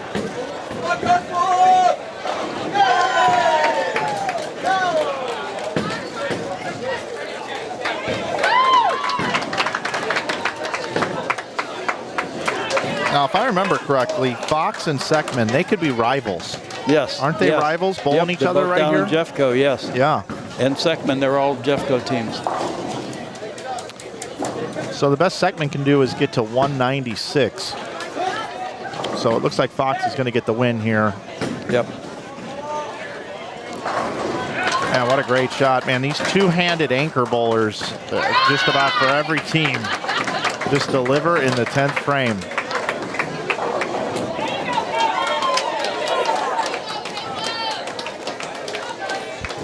Welcome you into our broadcast here on Inside Bowling here on YouTube. Mike with you along with Tom Dawson. We're happy to have you with us here for match play round number 1. We'll have match play round number 2 coming up about 12:30 or so, maybe a little bit after. 22 games of Baker, and then we cut to the top 5 for stepladder later today. Also, I want to thank our folks that helped make this possible one more time. We want to thank Daryl James, General Manager here at West Park Lanes here in Cape Girardeau, Missouri. Terry Signano, Vicky. Also want to thank Cheryl and Dennis Hacker for being here on site as well, making this thing go round.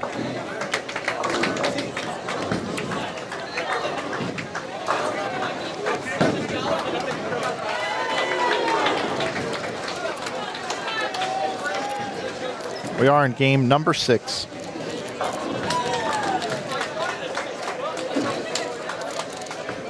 Fox finished out with a strike spare in the 10th for a 231 game. Yeah, it's a great game. They're in 3rd right now.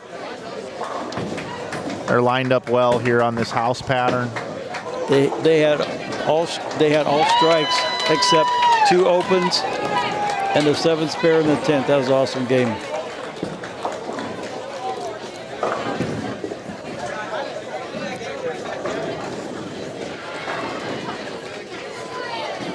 Yeah, CBC taking on Lindbergh here. CBC can get to 166. And Lindbergh can get to 169. CBC anchor bowler gets a strike on his first ball in the 10th. We got an open frame now in the 9th. Big mistake there for Lindbergh. CBC can win this game on their own. They have ball in hand. So a max score of 157 now for Lindbergh. So that means CBC with a strike here would be at 156, would just need 2 pins on the 3rd shot. This is a big, big shot coming up on lane 17 for CBC.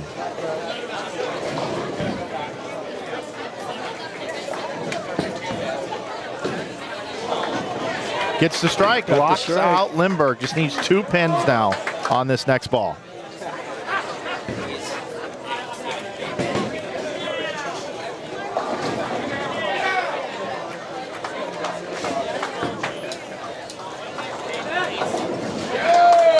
I'm going to flip the screen. We'll get a chance to see, make sure he gets 2 on the bottom right of the screen. And right now it looks like we need a spare here for Lafayette to win this game over Central High School. Central opened in the 10th for 168. So Lafayette is now at 164. We just need 5 pins on this ball.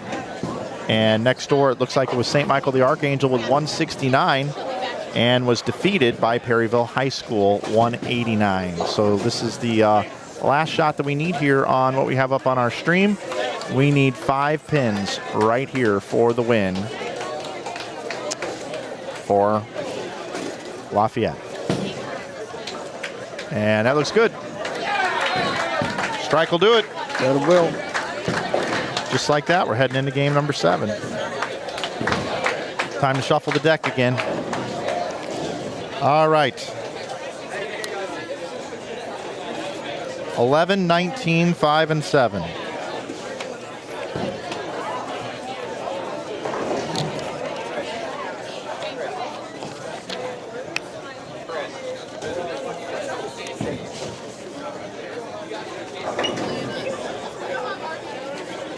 All right, folks, as the teams are moving to their next pairs for the game number, I don't know.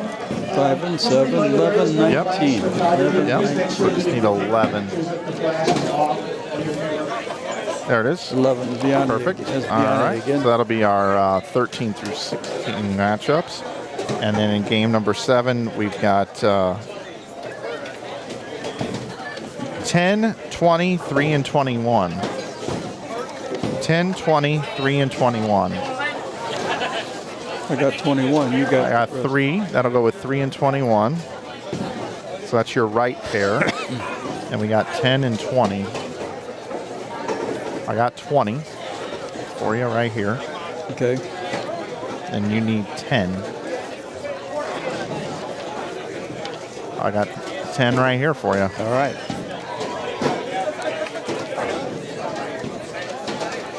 All right.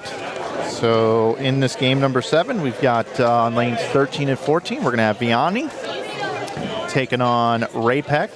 And then we've got Jackson taking on CBC right next door on lanes 15 and 16. Tom, who do we have? 17 and 18? We have St. Michael Bowling Kickapoo, and we have Lebanon Bowling Liberty.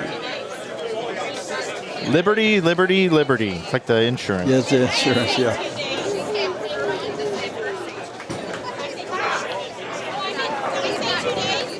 All right, my friend. So for Vianney, we got Nathan Prine, Ryan Mays, Jordan O'Brien, John Davis, Luke Monzik, and Finn Sayer.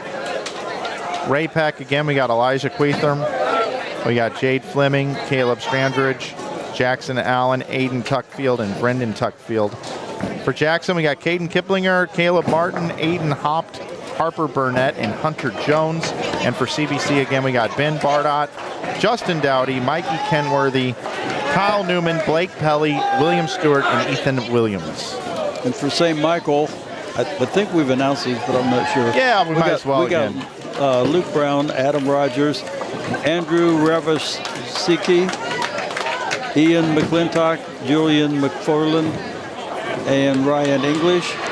And for Kickapoo, Kason Breschers, Connor Roth, Hunter Boach, Stephen Tinney, Daniel Stewart, and Caleb Houston. And for Lebanon, Gavin Baker, Mason Grady, Brylan Simon, Hunter Fleur, Caden Vest, Logan Kretzky, Kevin Smith, Alex Farrow. And for Liberty, Thomas Richardson, Maddox Page, Caleb Richardson, Micah Page, and Jonas Tucker. And I apologize if I butchered any of your names. It certainly wasn't intentional. Yeah, you just gotta roll with whatever rolls off the tongue there, Tom. I learned that a long time ago. And they were not printed. They were somebody, the coach or somebody had to print them out here for us. Out on the PBA Tour, I have to say names like Santu Tavanainen. Yes. And Tomas Kauka. And on the PWBA Tour, Diana Zavyavala. Yep. So there's some good ones out there. I recorded the Queens a while back, and I just watched it a few days ago, and that was some awesome bowling. Sure was. Shout out to Aaron McCarthy on that win. Yeah, really. All right, Tom, I'm leaving for a second. Okay. Make sure our stream is working okay, so it's your booth. Okay.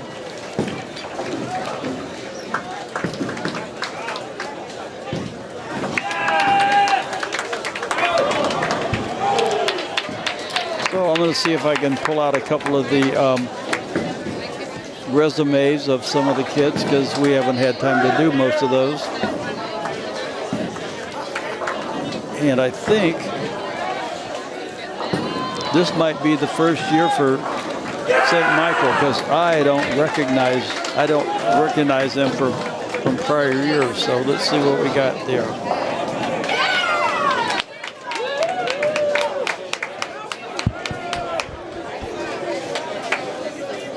I think I just lost my sound.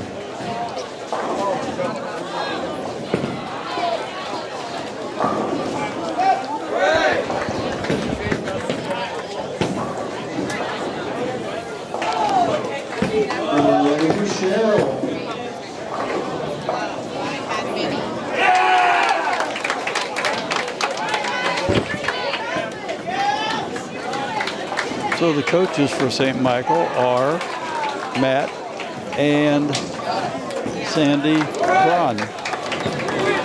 Ian McClintock is a senior. Doesn't have very much. He's got a high game at 186. He's only been bowling 2 years.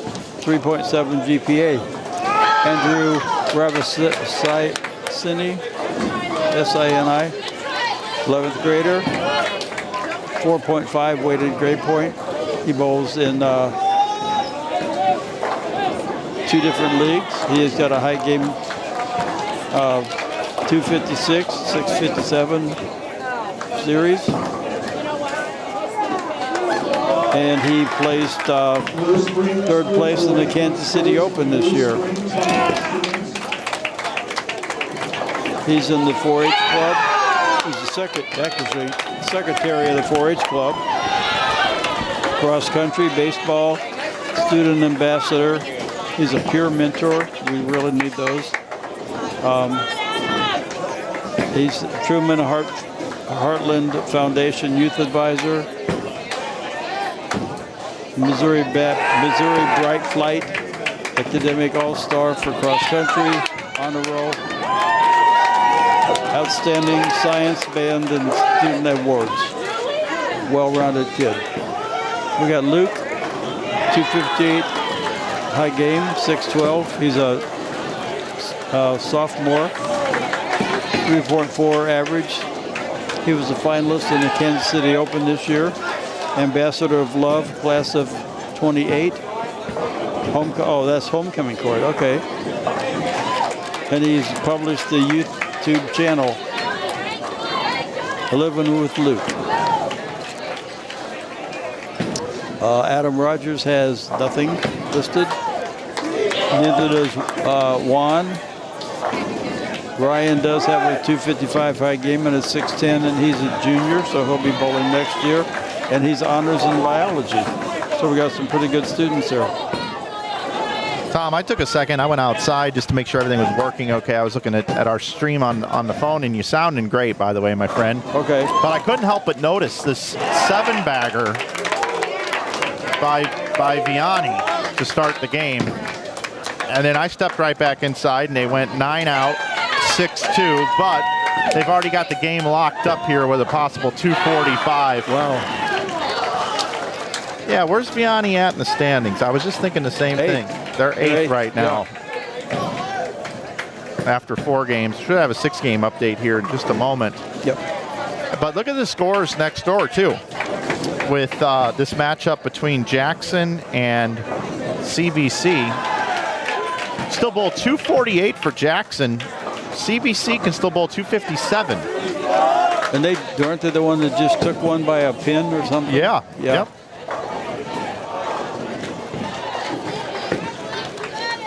Yeah, so, and CBC's in 7th. They're just they and Vianney are just neck and neck. 811, 808. So we got those 30 pin bonuses are a big deal. We got 3 games that could be 240 or better on our screen right now. Yep. How about that shot right there? He's got such a great game. Big, tall guy. Harper Burnett. This guy can bowl. I've been hearing a lot of great things about Harper.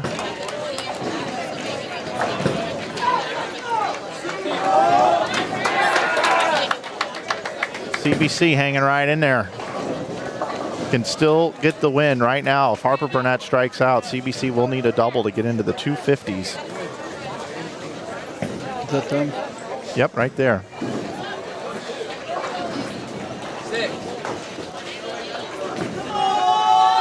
Harper Burnett, yes sir, splits the 8-9.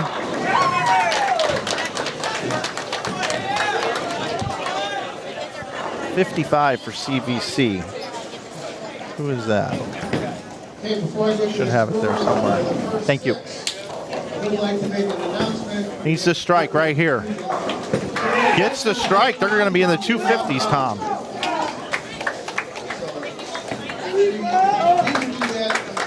You have CBC, don't you? Oh, I do. Yeah, I was going to say, I don't. 55, William Stewart. Thank you. Okay, that's all right. Some really good scores. It really is. 248, and now he's going to need 2 pins here on this ball.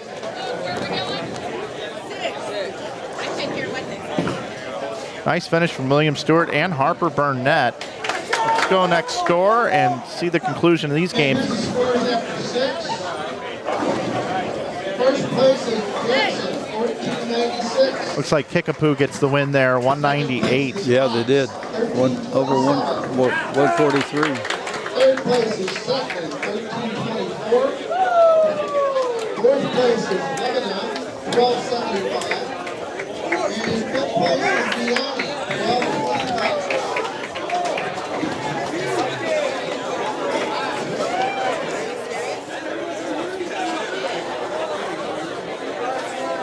So Lebanon gets the win over Liberty North. Yep, big win. What's the next game? 7? Joe's posting the live videos in our group chat. Then you got St. Michael the Archangel there with just 143 against Kickapoo's Yep, 198. yep, they were struggling that game. Now we're going into game number 8. This game is 7 or 8? Game 8? 8? We're going into 8. We have a spectator sitting behind us that's having us to keep track of what's going on here.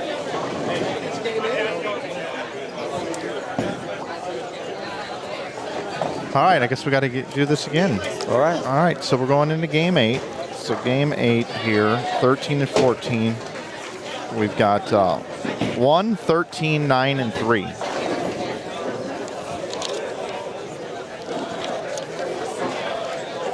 One, 13, 9, and 3.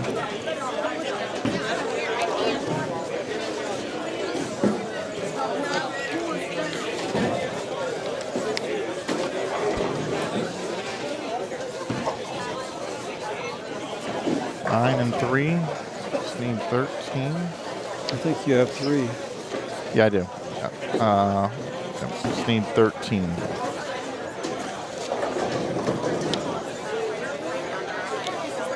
There we go. I think it was right here. There you go. Found it. There we go. 113, 9, and 3. Okay. Then you need 16, 8, 7, 14. 16, 8, 7, 14. Okay. 16, 8. I got a 7 for you. Yeah, just to remind everybody, we do have 16 and 14. I got 14. Yep. We also have raffle So tickets. you'll need that one, and then you'll just need 16 to go with it. So 14 will go up over there. Yep, 14 and 16. Okay, so 14 and 16 and 7 and 8, right? Yep, and they go, and it goes in order of 16, 8, 7, 14. Okay. 16, 8, 7, 14. Yep. Okay, so we have Central over CBC, and we'll have Willard going against Fox. Yep. And on 13 and 14, 15 and 16, we've got Neosho. It's going to be taking on Seckman on 13 and 14. Neosho's in 13th. And then we got Seckman's in 3rd. Nixa versus Lebanon. Nixa's in 12th, and Lebanon is in 4th. So that You know, if they go based on that, there's going to be a lot of big bonus points for the top teams.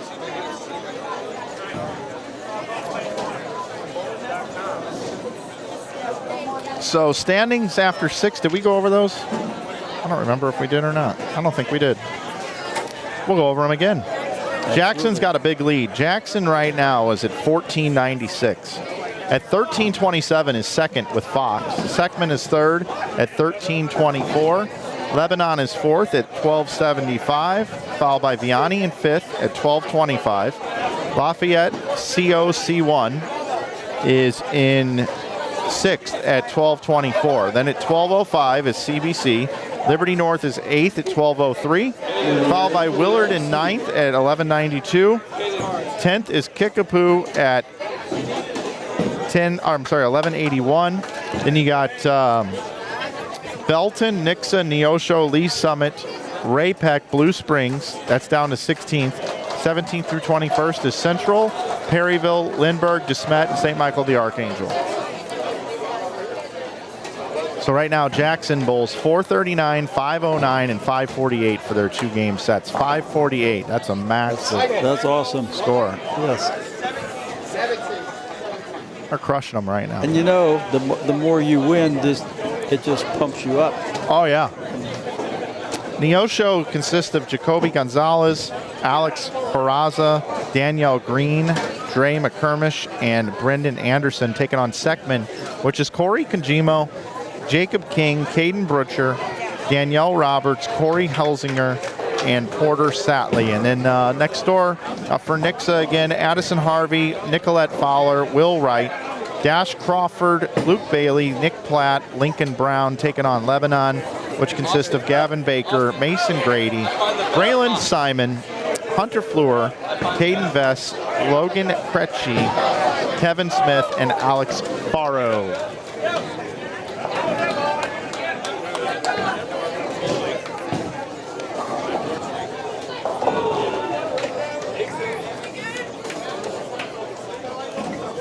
We're ready for Danica.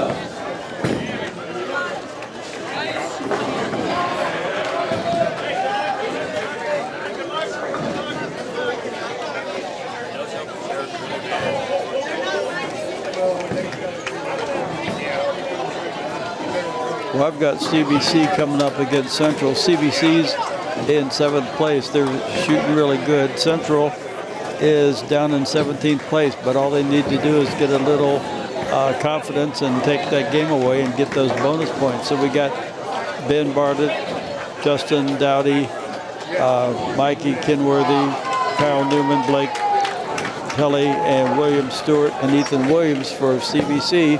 And Central is going to be throwing up Lucas Wilson, Brianna Spray, Cole Stevenson, Anthony Hilton English, and Etah Harris. So wish them the best.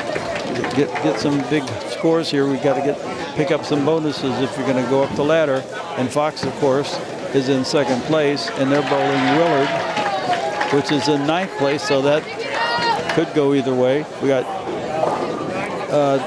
Dean Kaiser, McCoy, Goddard, Bentley Pullum, Landon Pullum, Miles Mann, and Ava Viviano for Fox, and Braden Card, Elijah Glass, Cooper Watson, Chase Bislin, Hayden Anderson, Michael Williams III, and Ian Black for Willard. So let's see what happens here. There we go. That's our rundown here for game number 8.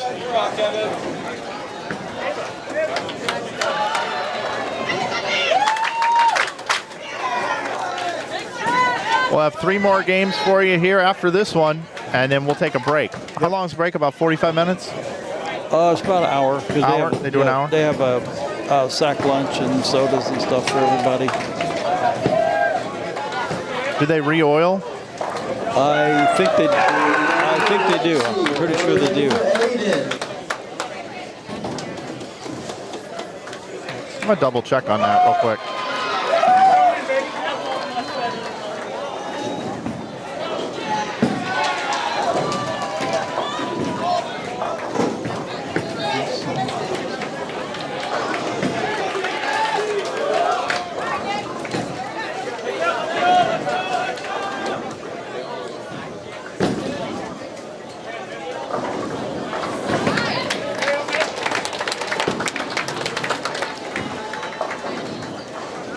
Well, CBC started out with a 8 count, a spare, an 8 count, and a strike. So let's see what their anchor bowler's going to do.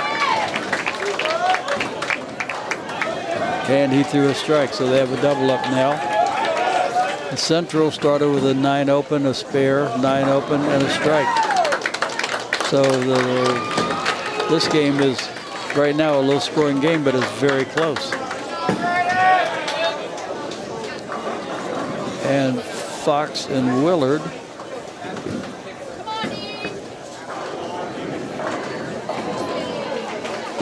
Fox has, maybe the oil's breaking down. Fox has had a 9 count, 9 count, and then 3 strikes. And Willard has had a 9 count, a strike, and a spare. So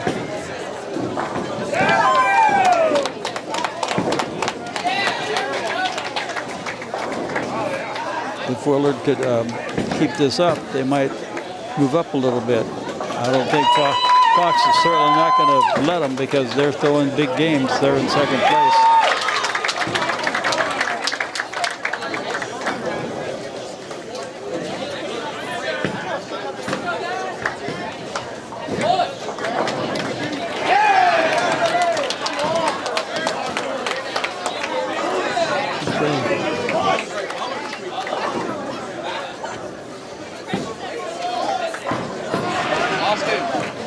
Okay,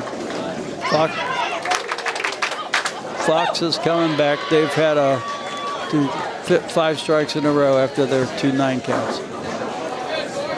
And they are, when you're watching them bowl, if you're looking at the Fox team, they're already in the 7th frame. And Willard is only in their 5th frame. So, you're bowling your own game on your own lane, so you can shoot at whatever pace you want. And Fox is throwing strikes, so they're just getting up and throwing the strikes. And Willard maybe is just trying to regroup and try to get back on track.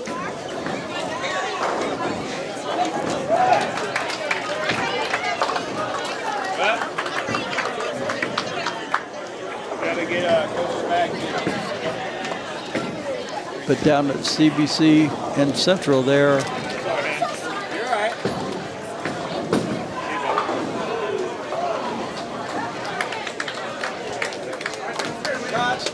CBC had a double in the 4th and 5th, but another open and then a spare, and they're on a 9 count right now.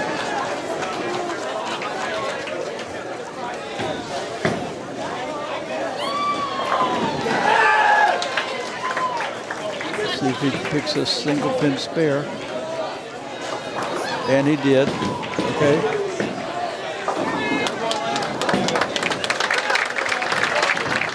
Yep, Fox has gotten on fire.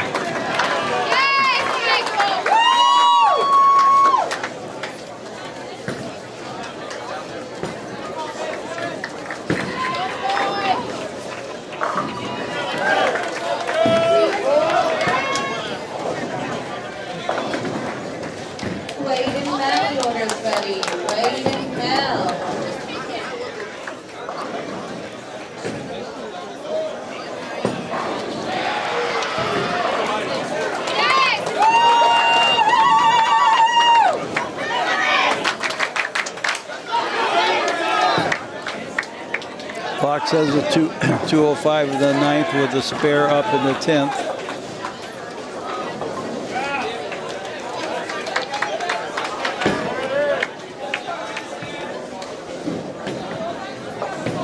He covered the spare.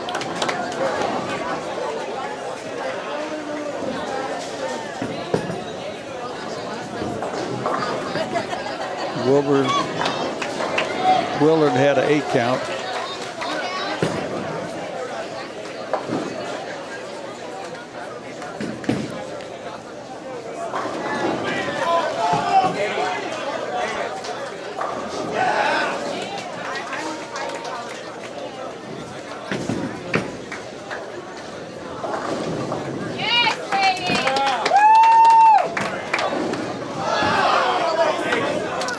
Oh, wow. And Fox, field ball was only a 7 count with a big split. 2-4-10 split, but that's okay because he didn't have to shoot it. That was just fill ball. So they came up with the 2:22 for the game.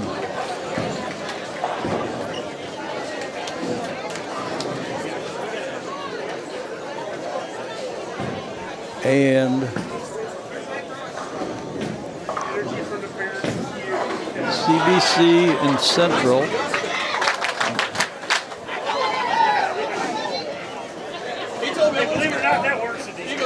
CBC has 152. Yeah, filling up this 10th frame here is big. Yeah, they were an open. They had an 8 split, but they ended up with a 152. And Central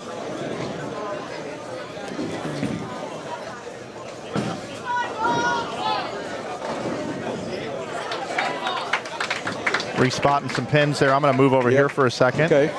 Got 169 posted for Neosho.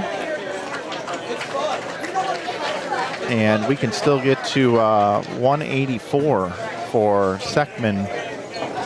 Got 193 max here for Nixa. They're going to get the win over Lebanon.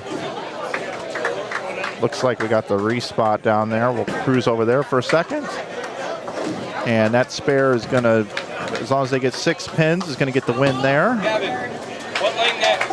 That was Central, right? Yeah. So CBC is going to lose that one. They had a bad 10th frame. Yeah, open frame. Yep.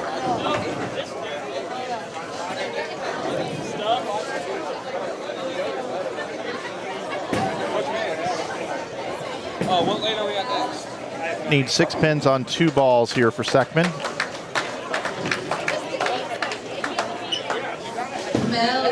Corey Kanjimo, bowling anchor. And Central threw a strike, and they beat CBC 157 to 152. And Central was down in 17th place, but that 30 pins is going to help them.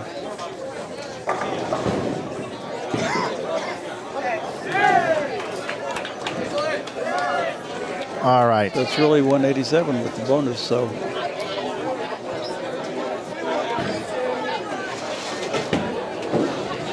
They may be able to move up on Blue Springs. We'll see. All right, heading into game number 9. 16, 10, 22, and 2. Did you notice just scanning down the first 2 or 3 boulders, maybe the oils changed, maybe the ball's snapping they're too much? definitely transitioning. Yeah. Their first and second bowler are typically some of their weaker bowlers, and they're just not able to answer the bell. What lane are we at? What?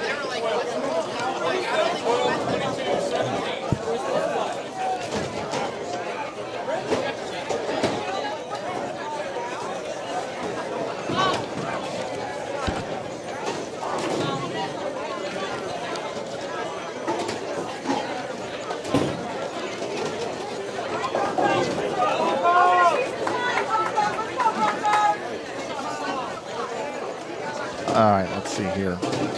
So again, we're looking for 16, 10, 22, and 2. Well, we don't need 22 because there's no 22. 16, 10, and 2. 2's on the top here. We just need 16. Let's see if I have it over here.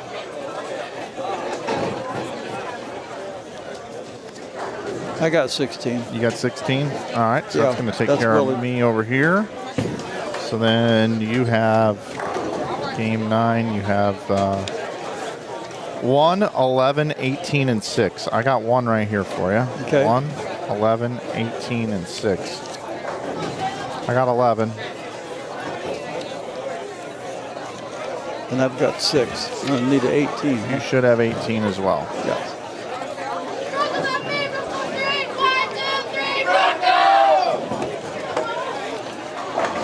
Yep. That's Lee Summit. So you go 18 and then 6. That's the order right there. Yep.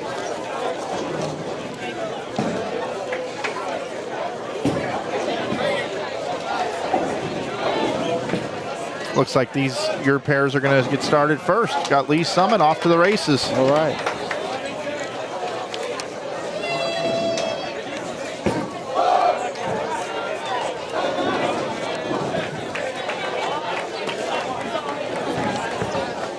Bottom right of your screen, we're going to have Willard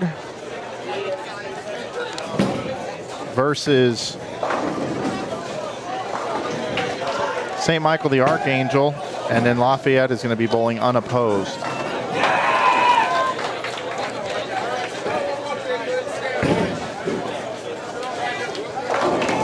You're watching the 2026 Missouri High School State Championship Baker competition.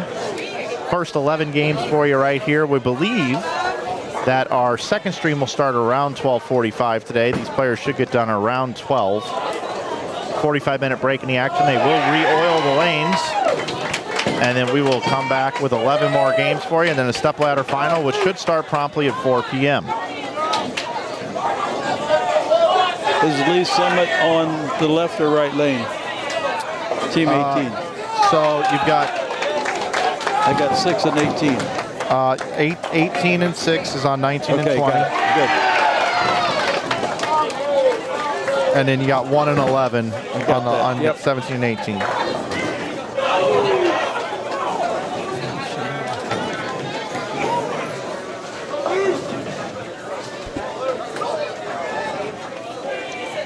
Neosho versus Vianney, it looks like. Yep. And you got Lee Summit taking on Belton.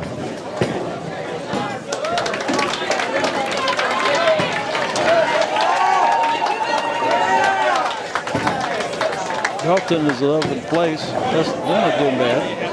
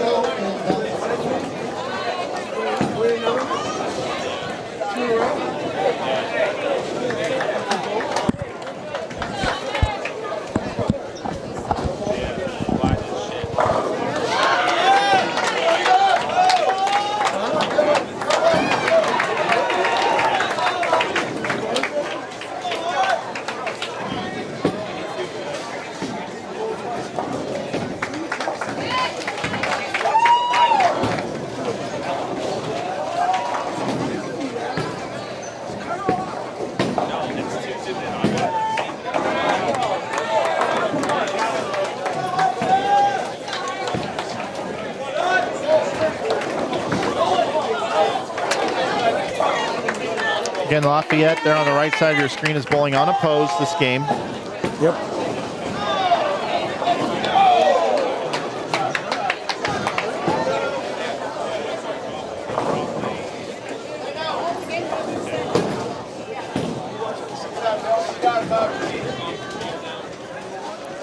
Well, once again, Neosho, the first two bowlers are struggling. They got 2 9 counts, and then they come back with a spare and a strike. Got a nice so anchor bowlers throwing now. Got a nice cover there for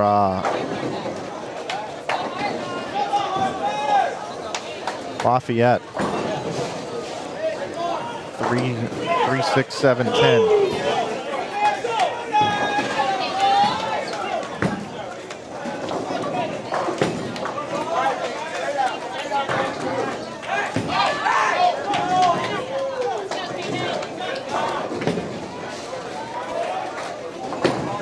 Got your matchups here on the screen there, Tom. Yep. 17, 18, 19, and 20. Vianney. Again, currently 5th right now. Top 5 will make the step ladder.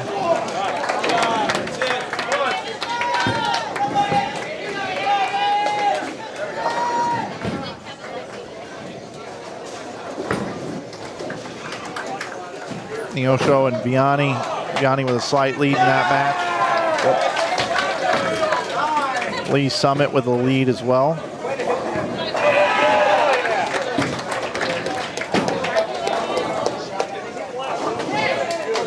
The Jackson team right now is the talk of the field.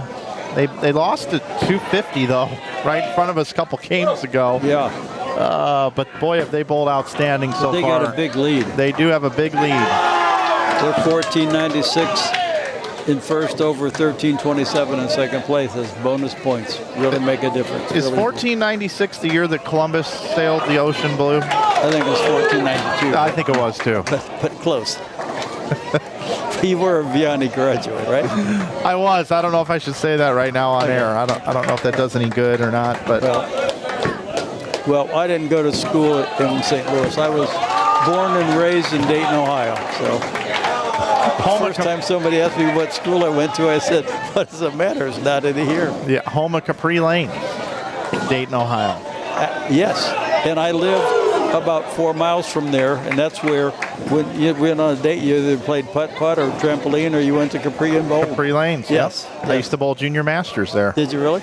Yeah. It was a nice house. Yep. All right, standings are in after 8 games. Jackson still leads at 1953. Fox cut into their lead a little bit at 1799. Then you got Seckman in third at 1740. Lafayette COC1 in fourth at 1661. They followed jumped by, really big. Yeah, they did. Lebanon just behind at 1660. That's your top 5 right now. Then you got CBC in sixth at 1641. Followed by Vianney in 7th at 1612. Yeah, Vianney dropped from 5th, so a couple bad games makes a big difference. Nixa bowled well with 454 for their last 2. They get to 1605 up to 8th. Belton is 9th at 1601, followed by Kickapoo in 10th at 1601. Then Belton was at 1603. Your 11th through 21st, you got Liberty North at 1558, followed by Willard at 1528. At 1475 is Perryville in 13th. Neosho is 14th at 1445. At 1444, just 1 pin back, Lee Summit North. And then our final teams, Blue Springs, Ray-Pec, DeSmet, Lindbergh Central, and St. Michael the Archangel. That makes up your top 21 standings through 8 games. Well, Belton is tearing Lee Summit North up right now. Lee Summit had a 147 in the 9th with a strike up. And Belton is on a 4-bagger. Yep, Belton's going to be in the 2 teens here. There they are. They're going to get the win over Lee Summit, as you just mentioned. Vianney can bowl 199, and currently right now, looks like Kyosho can double in the 10th to lock him out and gets it. How about that? 204 max. So they will need 200's the magic number for them. Man. Oh, an open frame. Yeah, just chop that off. Yeah, Vianney's going to get that win. Or excuse me, Vianney's going to lose to Kyosho.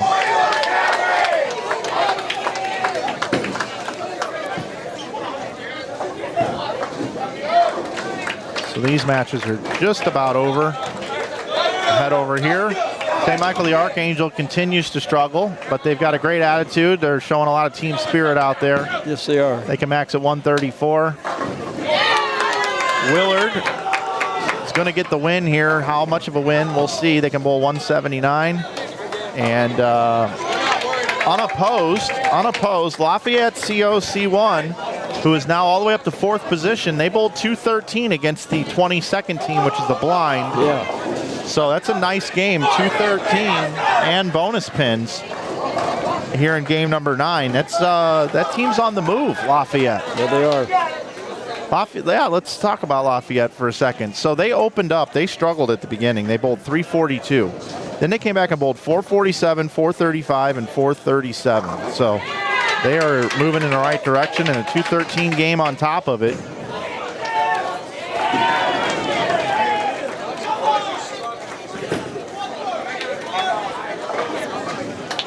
Two games to go. And then it'll be break time. Yes, it will. I've enjoyed this morning with you, Tom. Yes, it goes fast. It does.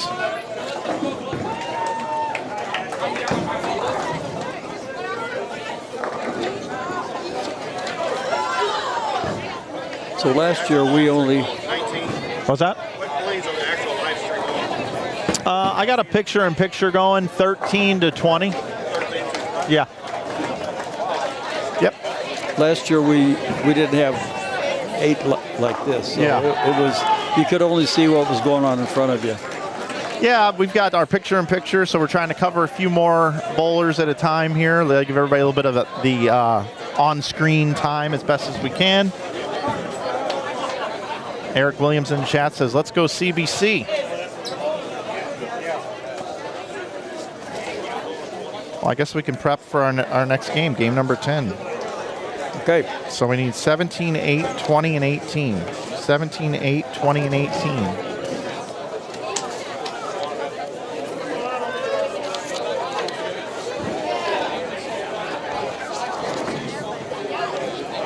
$17, 8. 20 and 18.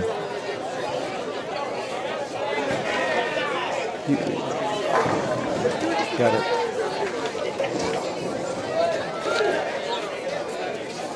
Okay. You already got me, huh? Yep. Look at you. All right. So then you're going to need 5, 13, 2, and 15. 5, 13, 2, and 15. I got 15. I got you got 13. The rest. Here's 2. So again, it's 5, 13, 2, and 15. 5,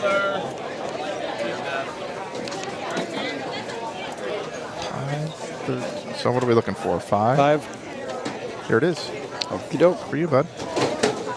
So again, it's 5, 13, 2, 15. 5, 13, 2, 15.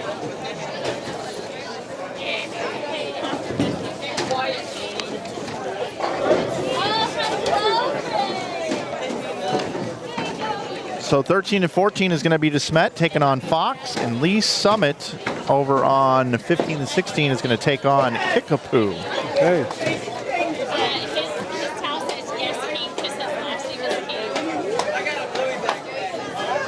And you've got 5, 13 and 2, 15. So who do we got? I got Jackson and Seckman and Lafayette and Lindbergh. Perfect.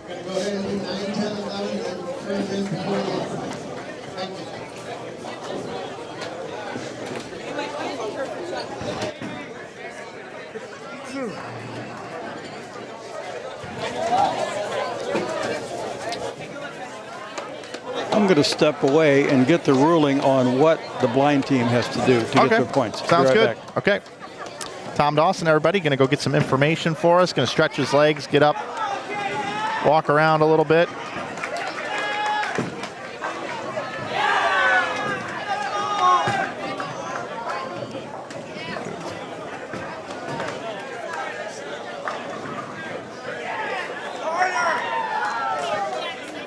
All right.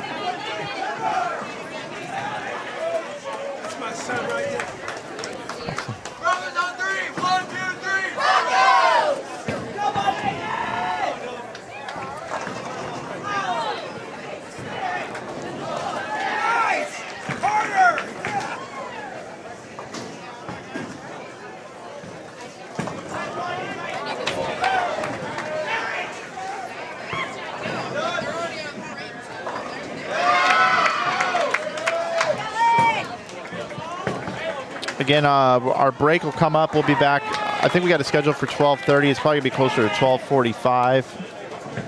I actually think I'll go in and make an adjustment to our stream here. Let's duplicate here. I'll go in, adjust the schedule.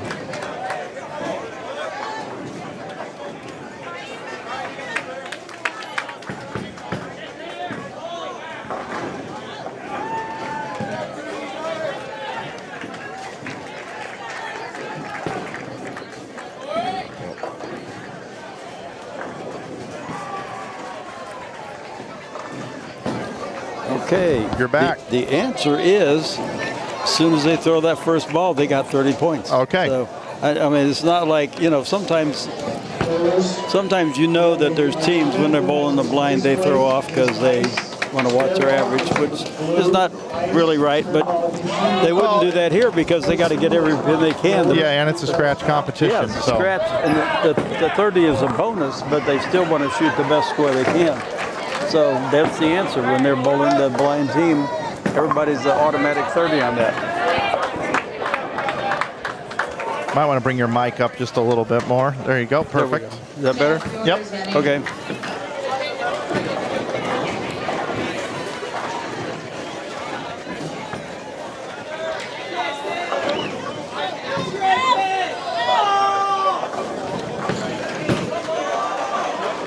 Lanes are starting to hook a little bit. This house shot's starting to break down. Yeah, it is. Starting to see some players go high. Got to move to the inside part of the lane and open up this lane pattern.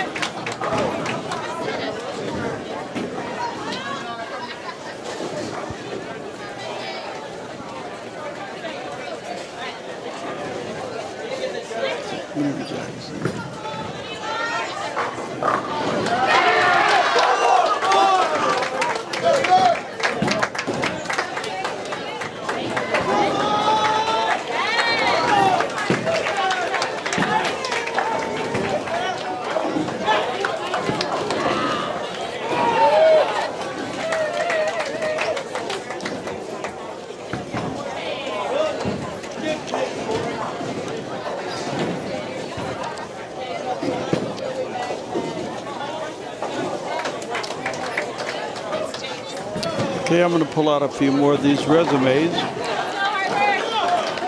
I have Central in front of me, I believe. No, I do not. We'll go over some of these resumes. We have, for Central, we have Brianna Spray. She's in the 10th grade. 3.8 average. She's been bowling for 5 years. She's won the junior majors at Sunshine Lanes. She bowls for youth travel. She has a 245 game and a 578 series. And she was first in All City Girls. Anthony Hilton English is he's just graduated. He's been bowling 6 years. He bowls the Sunshine Lane, high game of 246 and a 570 series. He's only been bowling 3 years. Once again, we probably recruited for high school. A lot of the kids are coming into bowling because of high school. We have Lucas Wilson. He's only been bowling 5 years. He will graduate this year. And he has 2 300 games. Wow, that's awesome. It is. And a 714 series, and he was first place at All City Boys. And Utah Harris is graduating. He's only been bowling 3 years. And he has a 228 high game. And Cole Stevenson is a sophomore, 3.9 grade point, 244, 582. First place for the city tournament 3 times. Superior distinction in the NSDA, Natural Honor Society. 3rd place in public speaking competition. FBLA, 4th place in public speaking at another time. So he had a 3rd and a 4th place in public speaking. Maybe he needs to help us out. Yeah, maybe he needs to come up here into the booth. Yeah, really. This isn't really hard, you know? It's fun, but there's just so much to do. There is. And I feel bad that I haven't got more of these resumes out because some of these kids are awesome. It's what they put down. We can only read what they put down.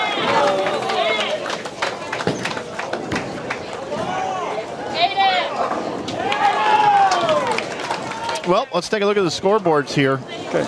All right, your lanes here, 17 and 18. We got possible 222 and 184. So it looks like we're going to get the win here for, I believe that's the what is that, the J, who do we have here? Bethany, is ready. Is that Jackson and Seckman? Yeah, Jackson. Looks like Jackson's going to get the win. They can get into the 220s. That's Burnett. And then we got Lafayette and Lindbergh. Yep, Lafayette can still bowl 196. Lindbergh can bowl 225. That's good.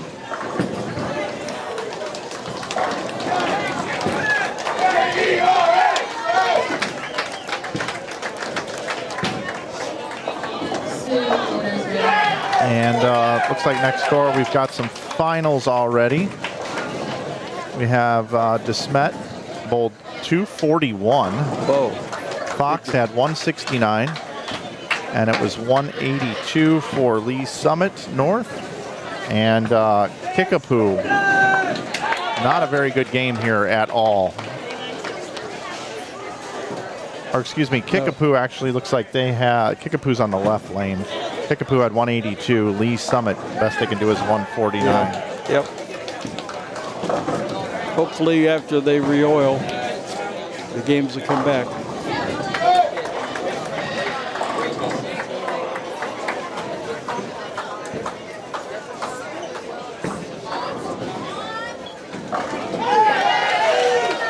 Lindbergh with a nice strike there. Still can bowl 225. Yep. Lindbergh quite a bit ways down the standings are in 19th, but turning it on here. 11 games to go this afternoon. You can still get there, make it inside the top 5.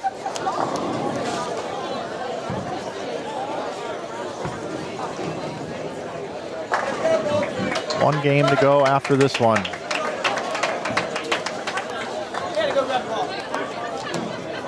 So was DeSmet just out there? Yep, 241. Okay, so let me give you, I'll just run by a couple of their, I don't think we've done their resumes. We have Charlie Frein, F-R-E-I-N. He's been bowling 4 years. He's graduating this year. He has a 289 game and a 721. He was came in Shrewsbury doubles champion. He's first honors in all 8 semesters, National Honor Society, AP Scholar Award winner. Impressive stuff there, guys. Yeah. Kai McKenzie, only been bowling 2 years. 3.86 average, 259 head game, 697. Not bad for a two-season bowler. Joseph Bokern, he's graduating this year. He's been bowling 3 years. 208 high game, 543. His team finished fourth in the league. Dresden Breschler is graduating. He's only been bowling the 1 year. He had a 161 average. He had a high game, 231 and a 606. And Evan Platt, 1 year bowling. He's a junior. 4.58 weighted average. Awesome stuff. 203 high game, 574. And their team came in fourth in the high school league. Alex Brickenmeyer is a freshman, only bowling the first year. So he's only got a 136 average, but he has a 230 game. That's pretty good stuff. That's really good. So, freshman, he's got a long way to go. Got good coaches, so no way but up. No way but up. I don't know if we talked about Central. Into your new lanes and do not throw the ball, please. Into your new lanes and pause for 1 second. Yeah, I did that one. All right, game 11 coming up. We've got I need 5, 1, and 15. So there's 1. And 5's right here. Okay. Okay, so my order goes 5, 18, 1, 15. Okay, you need 3. You got that. Here's 3. All right. Then you need 9 and 7, because 3's bowling unopposed. Oh, I got 9 for you. Okay. You got 7. 9, 7. There's a blue ice that's got, you found it? All right, thank you, folks. We found it. I also have a T-zone up here that is no queen. It's a T-zone grilled virgin hanger. It's blue, white, and black. It's at the front counter. Thank you all. So Lebanon is on the end, bowling unopposed. Bubba, your order's ready. Nope. 3 is bowling on 17 and 18 unopposed. Lebanon is bowling unopposed on 17 and 18. Okay. 19 and 20 is your 9 versus 7. So that'll be good for Lebanon because they're in 5th place here, so they'll give them that little boost kick with the 30 pins. And Nixa and CBC. Nixa is in 8th and CBC is in 6th. That could be a good match.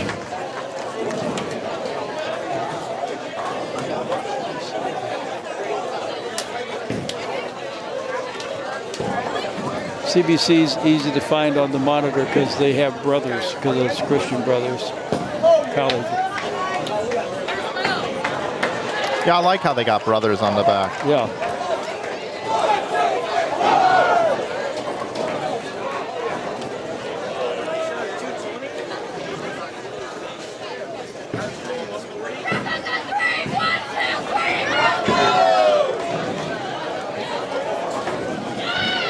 All right, so we got Jackson on 13. Jackson is our tournament leaders right now. Lee Summit North is who they are taking on. They're struggling. They're down in 15th. Then we've got Neosho, who's in 14th, taking on Lindbergh.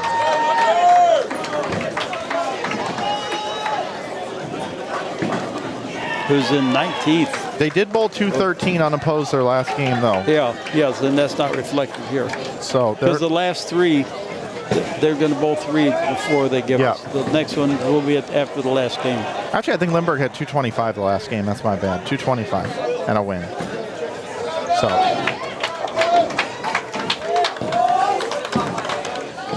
All right. Game 11. And then lunch. Yeah, this Jackson team is unbelievable, starting with 3 in a row.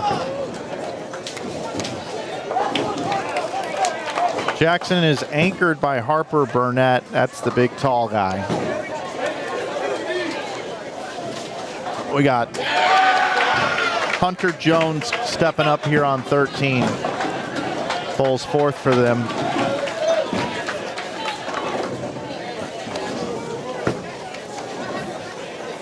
This team has just been on an absolute terror here today.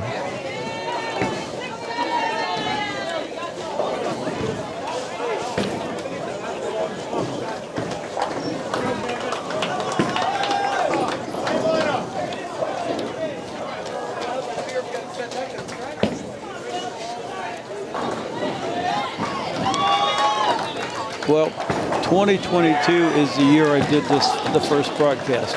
Yep. Because Dennis had always done that. And Dennis called Terry Signago and he said, I'm coaching Jackson. I think this team could win. I'm not doing the broadcast. Call Tom. And he says, okay. And so he called me and he says, Dennis wants you to do that. I said, I talk a lot, you know. He said, yep, that's what he wants. Yeah. So, and after the second game, they never looked back. Just like today. Yeah, they're bowling awesome. They just were on a roll. And that was in 22.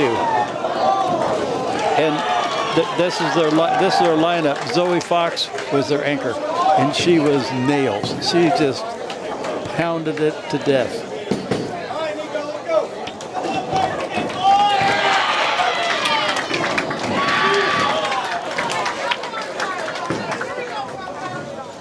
Caden Kiplinger is the leadoff bowler for Jackson.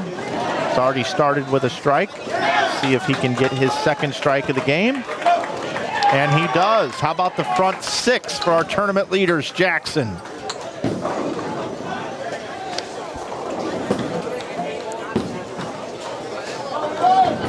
Aiden Hopp bowls second for Jackson. He also has already gotten a strike. All players have. Looking to go 2 for 2 here in the Baker system in the 7th frame.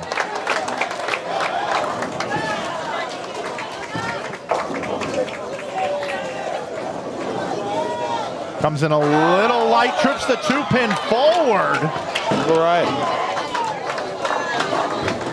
Tom, get a look at this one again. Watch this 2-pin. And falls forward. And you couldn't even see the stick, right? Nope. Isn't that what they say? That's right. Here we go. How about front 8? Caleb Martin. They're on fire. They are on fire. Stepping up here in the 9th frame, we've got Hunter Jones trying to set it up for one Harper Burnett. Your tournament leaders have bowled 439 for their first 2 games, then 509, 548, 457. Now here they are in game number 11 with the front 8. An impressive morning of bowling by the Jackson High School team here at the 2026 Missouri High School State Championship. Here we go, 9th frame. And a 9-pin. So, some of the resumes for the Jackson team since they're in first place. Harper Burnett, who's the guy bowling right now, he's got a 300 game. He's got an 804 series. He's been bowling 4 years. He's only in 10th grade. He's pretty impressive, I'd say. He won the Gary Helferstay scholarship last year. He was Cape Bowler of the Year. On a roll last 2 years. Caden Kiplinger, all he's got is he has a 300, the 790 game. Logan, 289 game, 707. He won the stars on the lanes at Bel Air Bowl. Michael Martin. Caleb Martin. Oh, it's Michael Caleb. Yep, Caleb Martin. Okay. Yeah, he's a 10th grader. Only been bowling 4 years. He's got a 212 average, 300 games, 760. 4 times JBC winner. Junior gold. Bowled junior gold. Hunter. He's graduating this year. He's got 2 300 games, 778 high series. 2-time SEMO first team all conference. He's on a roll. National Honor Society, blah, blah, blah. That's exactly what he said. Good for you, Hunter. I like your attitude. And Aiden, 11th grader, been bowling 7 years. 299 games, 725 series. He bowled a 299 for his second team all-conference game. And he's a member of the Junior Bowling Club. There you go. Well, looking to bowl 279 here in this game and extend their lead.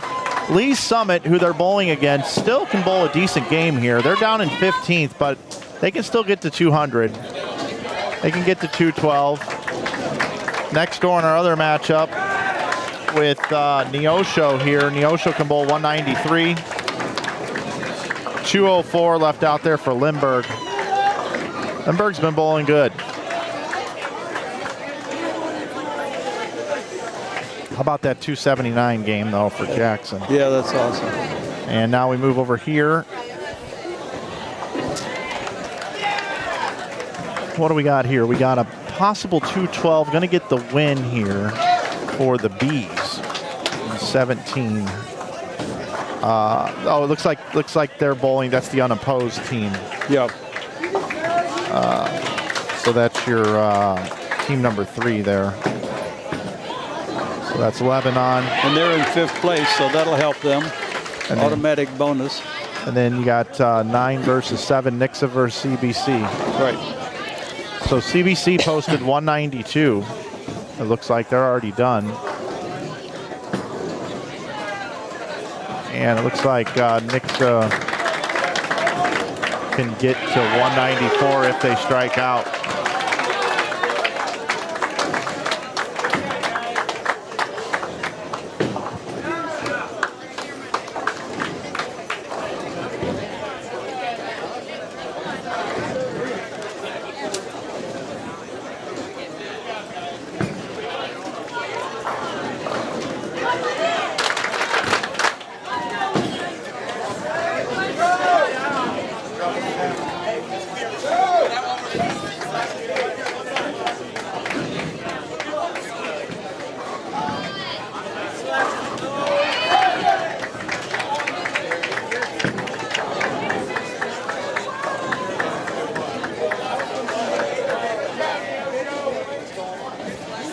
So Nixa can still do it. They can still bowl 194. Yes, they got to beat 192. Can't roll it. Nope.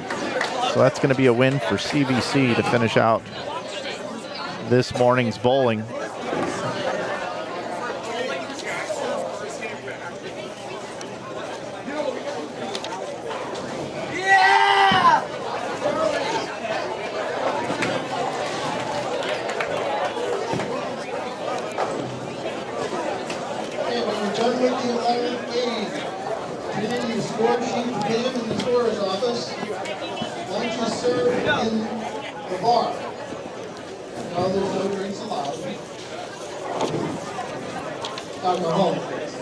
Take a look at these final scores over here. 279 to 212.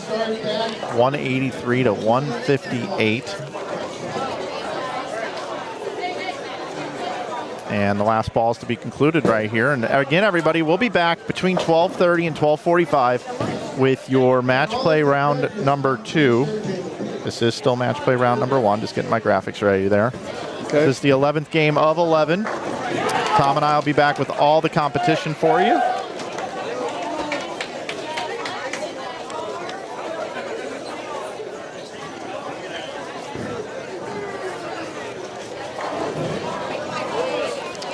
Okay. Tom, thanks for being here. That's my pleasure. Appreciate you being here, and I'm glad you showed up. This is. I had a fun morning with It's you. going a lot easier with 2 people doing the talking. Yep. Double the lanes though, so I think we did okay. I think we're gonna, this is our first time ever working together, and I think we're gonna do so much better this afternoon because we got a system now built. We do. So I have a question. Yep. Can I get this up so people can scan this? I can work on. Can we put it there? Or? Yeah, I can work on that. We'll work on that. So what we're going to do when we come back from lunch, we're going to give you a QR code, and it's going to say MS USBC Youth Scholarships 2,000 apiece. If you go to that QR code, first of all, this year is over, so you're not applying for this year's scholarships. They've already been announced. Okay. So this season begins August 1st, as you know. So August 1st, from then on, you could go under that QR code. Everything for the state scholarships is done online. So when you get that QR code, you're like 3 levels deep on our website, mousbc.org, and you're into the application. So as you scroll through the beginning, it shows you the names that the people that the scholarships are named for. Carolyn Gilbert, there's a male and a female, and it's like Stars of Tomorrow. It's high academics. And then we have a male and female. Most of these have, all the people have passed. So, and then they have a male and a female that are awarded for bowling performance.